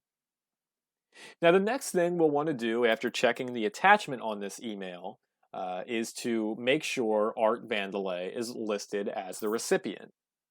So if we move on down to the bottom recipient section of our emailer screen, and we click in our recipient field, this is where we'll enter Art Vandelay's name. Now, luckily for us, Art Vandelay is very frequently contacted in the SAP system, and thus, just by entering his first name into the recipient field, the SAP system knows who you're trying to reach. So if we click in this recipient field and we go ahead and type in Art's first name, A-R-T, and we hit the Enter key on our keyboard, the recipient of Art Vandelay will be populated in the recipient field. After we have our recipient, the next thing we'll need to do is enter in an eye-catching and descriptive title for this email. So if we navigate up to the top title field here, you'll see that the default display document data entry view title is not very descriptive. And if Art were to receive this in his inbox, he may send this off to his spam folder. It's not very descriptive, it's not personalized, and it doesn't really tell him about what's contained within the email. So we can go ahead and delete the default out of this title field. And now here is where we can enter in our creative and descriptive title. Now, one of the biggest skills that you must have as an accountant are good communication skills. You were hired to not only be able to put numbers together and calculate them, but be able to translate them to other members of the business who may not understand numbers as well.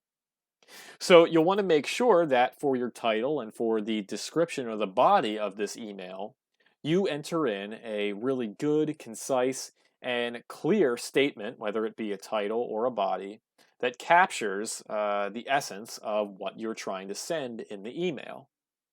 So for the title, you will need to enter in a descriptive title that you create on your own, but I will enter one in just as a sample. But please know that your title, again, should be much more descriptive than mine and be much more eye-catching so that Art can pick up on it as soon as he opens his inbox. So now that we have our descriptive and eye-catching title entered into our title field, we can now go ahead and click in the document content body section to start typing in the analysis of the accounting entry. Now, here again is where you will need to be much more descriptive than I'm going to be in my brief body of this email. And you will need to go into a much deeper analysis of not only the values depicted in the accounting entry that is attached to this email, but also the entry's implications for GBI. Some things that you can consider in your analysis, which should be 3 to 4 sentences, are why were some of the goods moved from work in process to the finished goods inventory account? How much was this entry for? Is this amount for the standard cost or the actual cost of production of Star off-road bikes? And how did the amount originally get posted to the work in process account?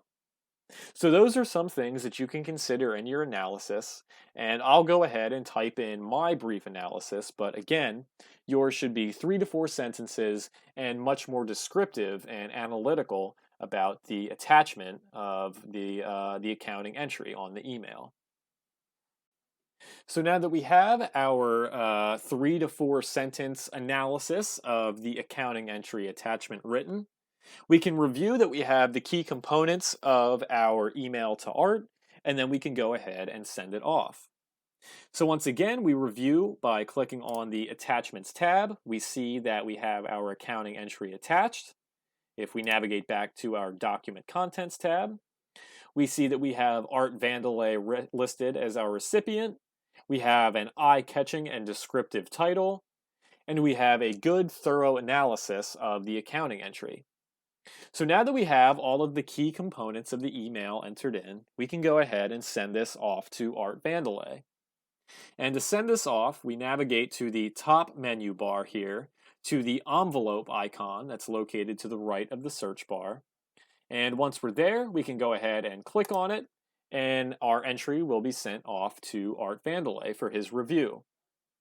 Now we need to go back and we need to send Art the other piece of documentation that he requested, which is the cost of production report. And the cost of production report is much more descriptive than this simple accounting entry and goes much more into detail about all of the specific costs that were incurred through the production of the Star off-road bike. So what we can do to exit back out is locate the exit icon in the top right-hand corner of our screen, and we can go ahead and click on that, and we will be returned to the basic accounting entry screen. We can go ahead and click on that exit icon once again, and we're brought back to the previous step. From here, we can close out of this list of documents in accounting, and then we can click the exit icon again. And as you can see, we're going back one step each, just making sure that we don't go too far back. So we navigate back once again using the exit icon. And one final time, we can go ahead and click the exit icon to be brought back to our production order display transaction. So as I had mentioned a few moments ago, the other piece of documentation pertaining to the production planning process that GBI CEO Art Vandelay would like to see is the cost of production report, which we discussed a little bit way back in the concept section of our session. And I explained that goes into much more detail about all of the specific costs that were incurred by GBI in the production of the Star off-road bike. So what we can do from our production order display transaction to get to our cost of production report is we can navigate up to our top menu bar to the More icon. And once we're there, we can go ahead and click on that. Now from here, we can select our Go To icon. And from that drop-down menu, we can select Costs. And now from Costs, we can go ahead and select the Itemization option. So once we're there, we can go ahead and click on this. And SAP will just prompt us with this brief information message that says all of the values we will see are recalculated, and we're okay with that. So we can click on the green check mark in the bottom right-hand corner of this window, and we're brought to a very basic view of a cost of production report. Now, as we can see in the cost of production report that has been brought up, we have very specific pieces of information broken down by line item. We can see here that there are some charges to our labor account, which were made from the production of our Star off-road bike. Obviously, it took some employees to put some of these pieces of the bike together, and thusly we should expect a labor charge. Now, if we go down a little bit further, we can see that here are some of the specific raw materials or key components that were mentioned in the bill of materials and were used to make the finished good of the Star off-road bike. And we can see here that they each have their own quantities associated with them, as well as their own costs. So for example, we can take a look and see that this third line item, which is the frame for our Star off-road bike, had a total value of $4,500 in cost. And to make our 50 Star off-road bikes, we used 50 frames. Now, following that, we can see our Star off-road bike wheel assembly here. Now, if you remember back to many steps ago when we ran materials requirement planning, I had mentioned that there was one raw material that was not featured in that report, and it was the wheel assembly for our bicycles. But that wheel assembly does appear in our cost of production report, and you can see that it costed a total of $11,800. And if you look under the quantity column, you can see that it took 100 of these wheel assemblies to make 50 Star off-road bikes. And this makes sense because it takes 2 wheels per off-road bike. Finally, one other key thing to note is that in the quantity column here for our labor line items, instead of having a quantity of each per material used to make the Star off-road bike, it gives us values in hours. So in order to assemble one part of the Star off-road bike, as seen here, it took $75. And in regard to time, it took 1 hour and a half, so 1 hour and 30 minutes. So while this cost of production report is good, it lacks one thing that's needed before we send this off to Art Vandelay, which is to have a more summative format. So in order to get that more summative format and give us some good subtotals of each of these different costs, we'll need to reformat this report. So in order to reformat the report, we can navigate to the top menu bar here, and we can find the Select Layout icon. It looks like a grid with a little sun in the corner of it. Now, if you don't have this Select Layout icon up here, that may mean that your screen is a little too small to offer all of the different icons. But the functionality is still present. All you would need to do if you do not have this Select Layout icon is navigate over to the More icon, and the Select Layout option would be presented here, like where List and Edit are. But because we have the Select Layout icon offered to us, we can go ahead and click on this. And this will bring up many of the different formats offered to us and defaulted in the SAP system. Now, while each of these different formats will give us a different view of the cost of production report, the one that gives us the specific format that we would like to send to ART is this cost components, cost elements grouped format. And you can see under layout, the identifier is 1SAP05. So once we've found that from our Choose Layout menu, we can go ahead and click on it. And as you can see, it reformats our cost of production report to be much more summative and break things down in a clearer and concise way. So here again, now that we've reformatted our cost of production report to reflect the format that we'd like to see, we can review some of the values that have been entered into this report. So if we take a look now, we can see that there are specific accounts laid out for us. We have our raw materials consumption expense, which contains the line items of all of the materials, except for one, needed to produce our Star off-road bike. And of course, these four materials were laid out for us in materials requirement planning, as well as in the bill of materials for the Star off-road bike. We can see here that not only are the identifiers for these different raw materials provided, but so are the full names of the material. So we can see that this FRAM11000 raw material is the Star off-road frame. And we can see here we have the off-road seat kit, the off-road handlebar, and the brake kit. They all have respective total values, and all of their quantities are 50 because it takes one per Star off-road bike.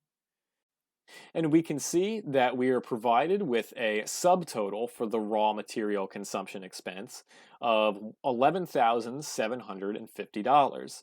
So in order to produce 50 Star off-road bikes, we needed 50 of each of these four different raw materials, and altogether their costs totaled $11,750. Now, if we take a look at the next line item down, we will see semi-finished consumption expense. And for this expense, the only line item listed is our off-road wheel assembly. And of course, because it takes two to make one Star off-road bike, we can see that under the quantity column, we have 100 instead of 50. Now, the reason why this is considered a semi-finished consumption expense instead of raw materials is that the aluminum wheel assemblies needed to make Star off-road bikes have already been partially assembled. So instead of being considered a raw material, as are the other four key components needed to make the Star off-road bike, the off-road aluminum wheel assembly is considered a semi-finished good. Now, if we go down a little bit more and continue to look through the different line items featured in our cost of production report, next we'll see the balance that was left in the work in process account. And because the only line item in the work in process account was the completed Star off-road bikes, the only balance that is shown is $150,000. And of course, this is a credit because the last goods movement document that we issued removed our balance from our work in process account into our finished goods inventory, so it was a credit.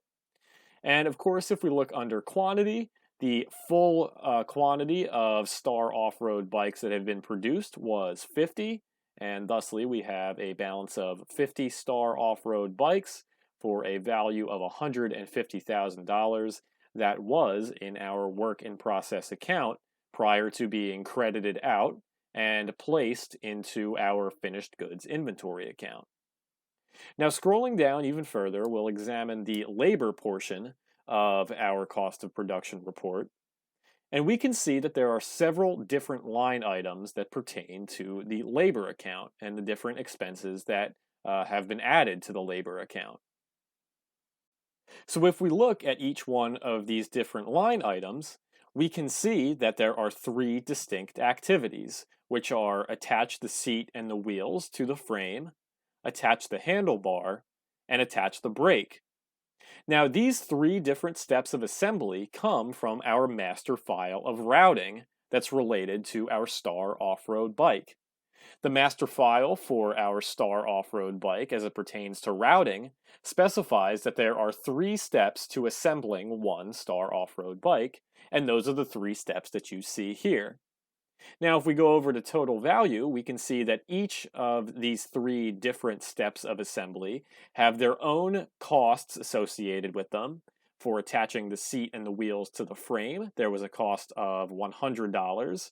And instead of a quantity in terms of units, we have a quantity of 2 hours that it took to attach the seat and the wheels to the frame of the Star off-road bike. As for the handlebar, we can see that we incurred a labor expense of $50, and it took 1 hour to attach the handlebar to the Star off-road bike. Lastly, looking at the attachment of the brake activity, we can see that due to that activity, we incurred an expense of $75, and the attachment of the brake took 1 hour and 30 minutes. Now, if we look at the subtotal at the very bottom of our cost of production report in the deep gold line item, we can see that there's a credit of $126,000. Now, here's where we get into the discussion of actual cost versus standard cost and how they differ when it comes to the production of a specific material. Now, if we take a look at the value that was credited out of the work in process account, the credit was worth $150,000. Now, this can be considered a standard cost because it was factored in using a base rate at a base amount of hours to calculate this grand total of $150,000. However, this base rate was budgeted using a certain formula at the beginning of the period for this specific material, but it does not actually reflect the actual costs that have been incurred during the production of our Star off-road bike. If we look again down at this subtotal of 126,000, we can tell that this balance is the total actual cost of producing our Star off-road bike. Now, if we think back to our accounting curriculum and recall how costs are recorded in a standard costing accounting system, we'll remember that the balance in the work in process account is always some standard rate which is directly related to the material being produced, multiplied by the quantity, or hours in some cases, of what is actually incurred to produce that material. So in the case of our Star off-road bike, we can see that the total actual quantity of 50 Star off-road bikes produced was multiplied by a standard rate per bike of $3,000. And we know that because it gives us our total standard value that was debited to work in process and later credited out of work in process of $150,000. But if we shift our focus to the subtotal at the bottom, we will see that the total actual cost incurred was only $126,000. This means that it costed us less than we had originally budgeted for at the beginning of the period using the standard cost accounting system to produce the Star off-road bike. Now, where this $126,000 credit comes from is we start off with the standard cost value from our work in process account of $150,000, and we subtract out the balances from our raw materials consumption expense, our semi-finished consumption expense, and our labor expense. And that's what gives us our total actual cost.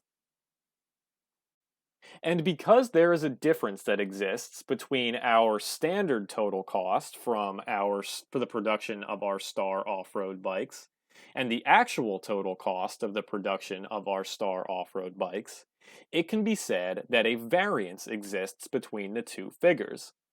Now, once again, if we think back to our managerial accounting curriculum, you may remember that there are two different types of variances: favorable variances and unfavorable variances.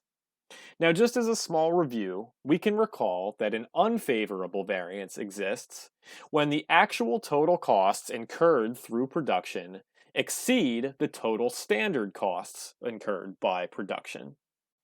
Conversely, it can be said that a favorable variance exists when the total actual costs incurred by production are less than the total standard costs incurred by production. If you think about this in terms of budgeting, it makes it simpler to understand. If the actual costs that we've incurred exceed the standard costs or the costs that we've budgeted for, that is an unfavorable result because our budget was off and we're ending up paying more out of our pockets than we had originally planned for.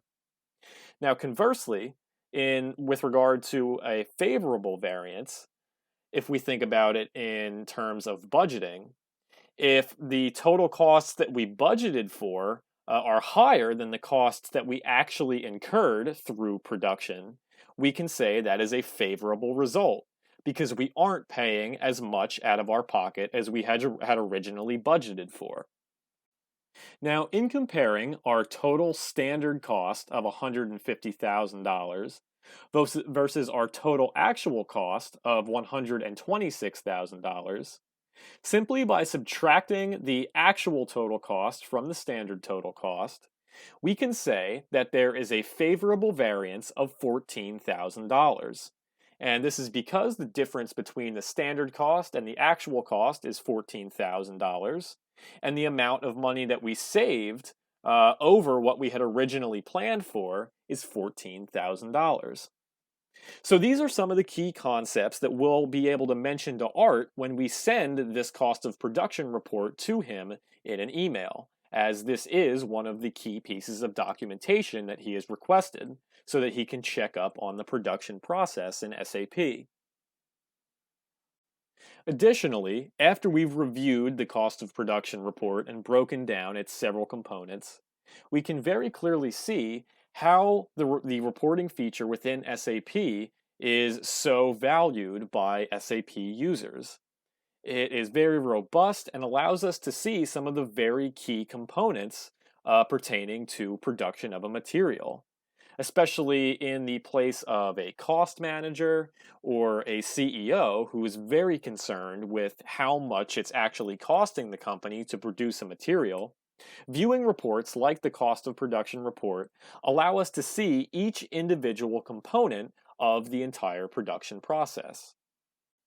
So to send this report off to GBI CEO Art Vandelay, we can navigate to the top menu bar to the Mail Recipient icon, which looks like an envelope. And once we've navigated to this icon, we could go ahead and click on it, and we will be brought to our basic SAP emailer. Once in the SAP emailer, we'll want to go through and make sure we have the key components of an email, just as we had in the earlier email that we sent to GBI CEO Art Vandelay when we attached the accounting document that documented the credit to the work in process account and the debit into the finished goods inventory account. So the first step is that we want to make sure we have our cost of production report attached to the email. So if we navigate from our Document Contents tab over to our Attachments tab, and we click on this, we can see that there is one document attached to the email. Now, if we double click on this document, we'll be presented with a slightly different view of our cost of production report that we had seen in the last step. If we scroll down a bit, we can see that all of the key information is still present, and we have our subtotals from each individual line item, as well as our total actual costs incurred by production below. So after we've confirmed that the correct attachment is on the email, we can click the back icon located to the left of the SAP icon in the top left-hand corner of the screen to return back to our emailer. And now to get back to the email body section, we can go ahead and click on the Document Contents tab, and we will be returned to our basic email screen. Now, the second thing we always want to do when sending an email in SAP is to ensure that GBI CEO Art Vandelay is listed as the recipient on the email. So if we navigate to the bottom portion of the screen to our recipient section, we can go ahead and click in our recipient field. And just as we had before, all we need to do in this recipient field to add Art is simply to type in his first name and hit the Enter key on our keyboard.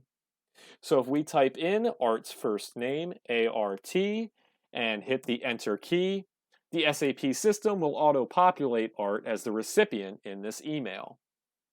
Up next, we need to get rid of the default title given to this email, which is just the name of the report, and we need to give it a more descriptive and more eye-catching title.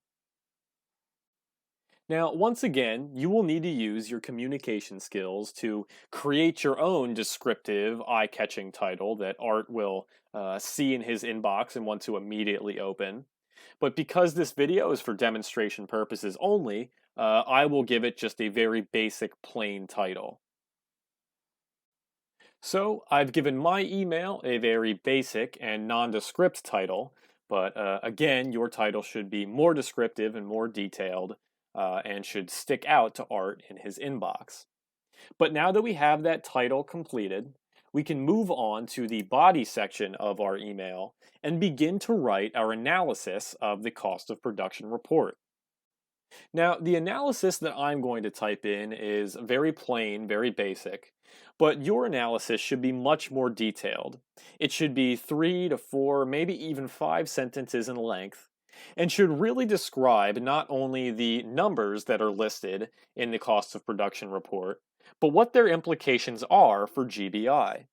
Some different points you may want to consider in your analysis are what type of variance exists between the standard cost and the actual cost of production. How do you know that this variance exists? Was GBI efficient in producing the Star off-road bike? And how do you know if they were or weren't? And after examining the cost of production report, would you recommend any changes in the production line to GBI CEO Art Vandelay? So those are just a few things you may want to consider in your 4 to 5 sentence analysis of the cost of production report. But please remember, your analysis should be different than mine in that it's much more detailed and drills down more into the very specifics and implications of the cost of production report. Now, once we have completely written our analysis of the cost of production report, we can go through and check that we have all the key components of an SAP email, and then we can go ahead and send it off to GBI CEO Art Vandelay. So first, we can click into the Attachments tab to review that we have the cost of production report attached. And once we confirm that it is indeed attached, we can return to the Document Contents tab. We confirm that we have Art Vandelay listed as the email's recipient, and we've authored a title that is descriptive and eye-catching and is something that Art will see immediately upon the opening of his inbox. And finally, we have our descriptive 4 to 5 sentence analysis of the attached cost of production report. Now, once we have all of the key elements, we can send this off to GBI CEO Art Vandelay by navigating to our top menu bar to the send icon shaped like an envelope, and we can go ahead and click it to successfully send it off to Art. Now, once we've sent our email to Art Vandelay with this cost of production report attached, we can return to the SAP standard menu following the procedure we've used before. If we navigate to the top right-hand corner of our cost of production report to the exit icon, we can go ahead and click this once and twice and one more time, and we'll be brought back to SAP standard menu. And with that, we've completed the production planning process within SAP S/4HANA. As a quick review of everything we've done today, we started off in the concept section of our session, reviewing some of the key terms and frameworks as they pertain to the production planning process, including our SMART framework. And after reviewing some other key concepts as they pertain to the production planning process in SAP S/4HANA, we concluded our concept section and moved into the application section of our session, in which we hopped into SAP S/4HANA and started to complete the steps of the production planning process for ourselves. We started out by creating a sales and operations plan, and by using our sales forecasts and our target stock level forecasts as inputs, we were able to calculate through SAP how many of our Star off-road bikes should be produced each month. After we created that sales and operations plan, we went into the next step of our process, which was to transfer that sales and operations plan as well as our material to the demand management office of Global Bike Incorporated. After they received that sales and operations plan, they made sure that we had all of the key components necessary to produce the Star off-road bike in our stock at GBI. And if we didn't have any in stock, they went out and procured more from external vendors. After we did that, we ran materials requirement planning to double check that we had all of the necessary raw materials and key components needed to produce the Star off-road bike in stock. After we saw a brief overview of our bill of materials and each material's stock in that MRP step, we went on to the next step of the process, which was to evaluate our stock requirements for our Star off-road bike. Once we evaluated the stock requirements and made sure that all of the key components were in stock and could be delivered to the production line on time, we went ahead and officially created a production order for 50 of our Star off-road bikes. And if you recall, that quantity of 50 comes from the first step in the sales and operations plan, and 50 was the calculated value through SAP of how many Star off-road bikes we should produce in the current month. After successfully creating our production order, we went on to the next step, and after looking everything over and making sure that 50 Star off-road bikes could in fact be produced, we went ahead and released the production order so that the production of the bikes could physically begin at the production line on the shop floor of our Global Bike Incorporated plant in Dallas, Texas. After we went ahead and released our order, the production of the Star off-road bikes actually occurred, and at the next step, we issued a goods movement document to confirm that all 50 Star off-road bikes were successfully produced. When we created our goods movement document, it was to change our accounting records at GBI to reflect the fact that we could remove all of our Star off-road bikes out of our work in process account, as that's where they were when they were being produced. And since they were completed, we could move them into our finished goods inventory account. Because these Star off-road bikes were completely finished and were ready to be held in inventory for sale, we were able to credit the work in process account for the full total standard cost of production and debit our finished goods inventory account for the same amount. Finally, after successfully creating our goods movement document and changing our GBI accounting records to reflect the most current status of the production of Star off-road bikes, We went back in and displayed our production order in order to view some of the reporting features. The first report that we viewed and later sent to GBI CEO Art Vandelay was the accounting entry to reflect the credit for the total standard cost of the Star off-road bikes out of the work in process account and their debit into the finished goods inventory account. And secondly, we viewed the cost of production report and analyzed the costs incurred by production of the Star off-road bike for our raw materials, our semi-finished goods, and our labor expenses. After we analyzed each cost for each individual line item, we saw that there was a favorable variance present of $14,000. This was due to our actual total costs coming in at $126,000, whereas our total standard costs for the same production order were estimated at $150,000. And again, this left us with a favorable variance. After we analyzed this report, we drafted an email to Art Vandelay explaining our findings and our analysis, and we sent off the cost of production report. This concludes our production planning within SAP S/4HANA session. I hope you learned a little bit about the production planning process, both conceptually and as well as how it works and is carried out within the SAP system. I'd like to thank you for joining me today. And until next time, I'm Adam Dabrowski, and this is the STARChronicle Series, Explorations in SAP S/4HANA for the Digital Learner. Thank you.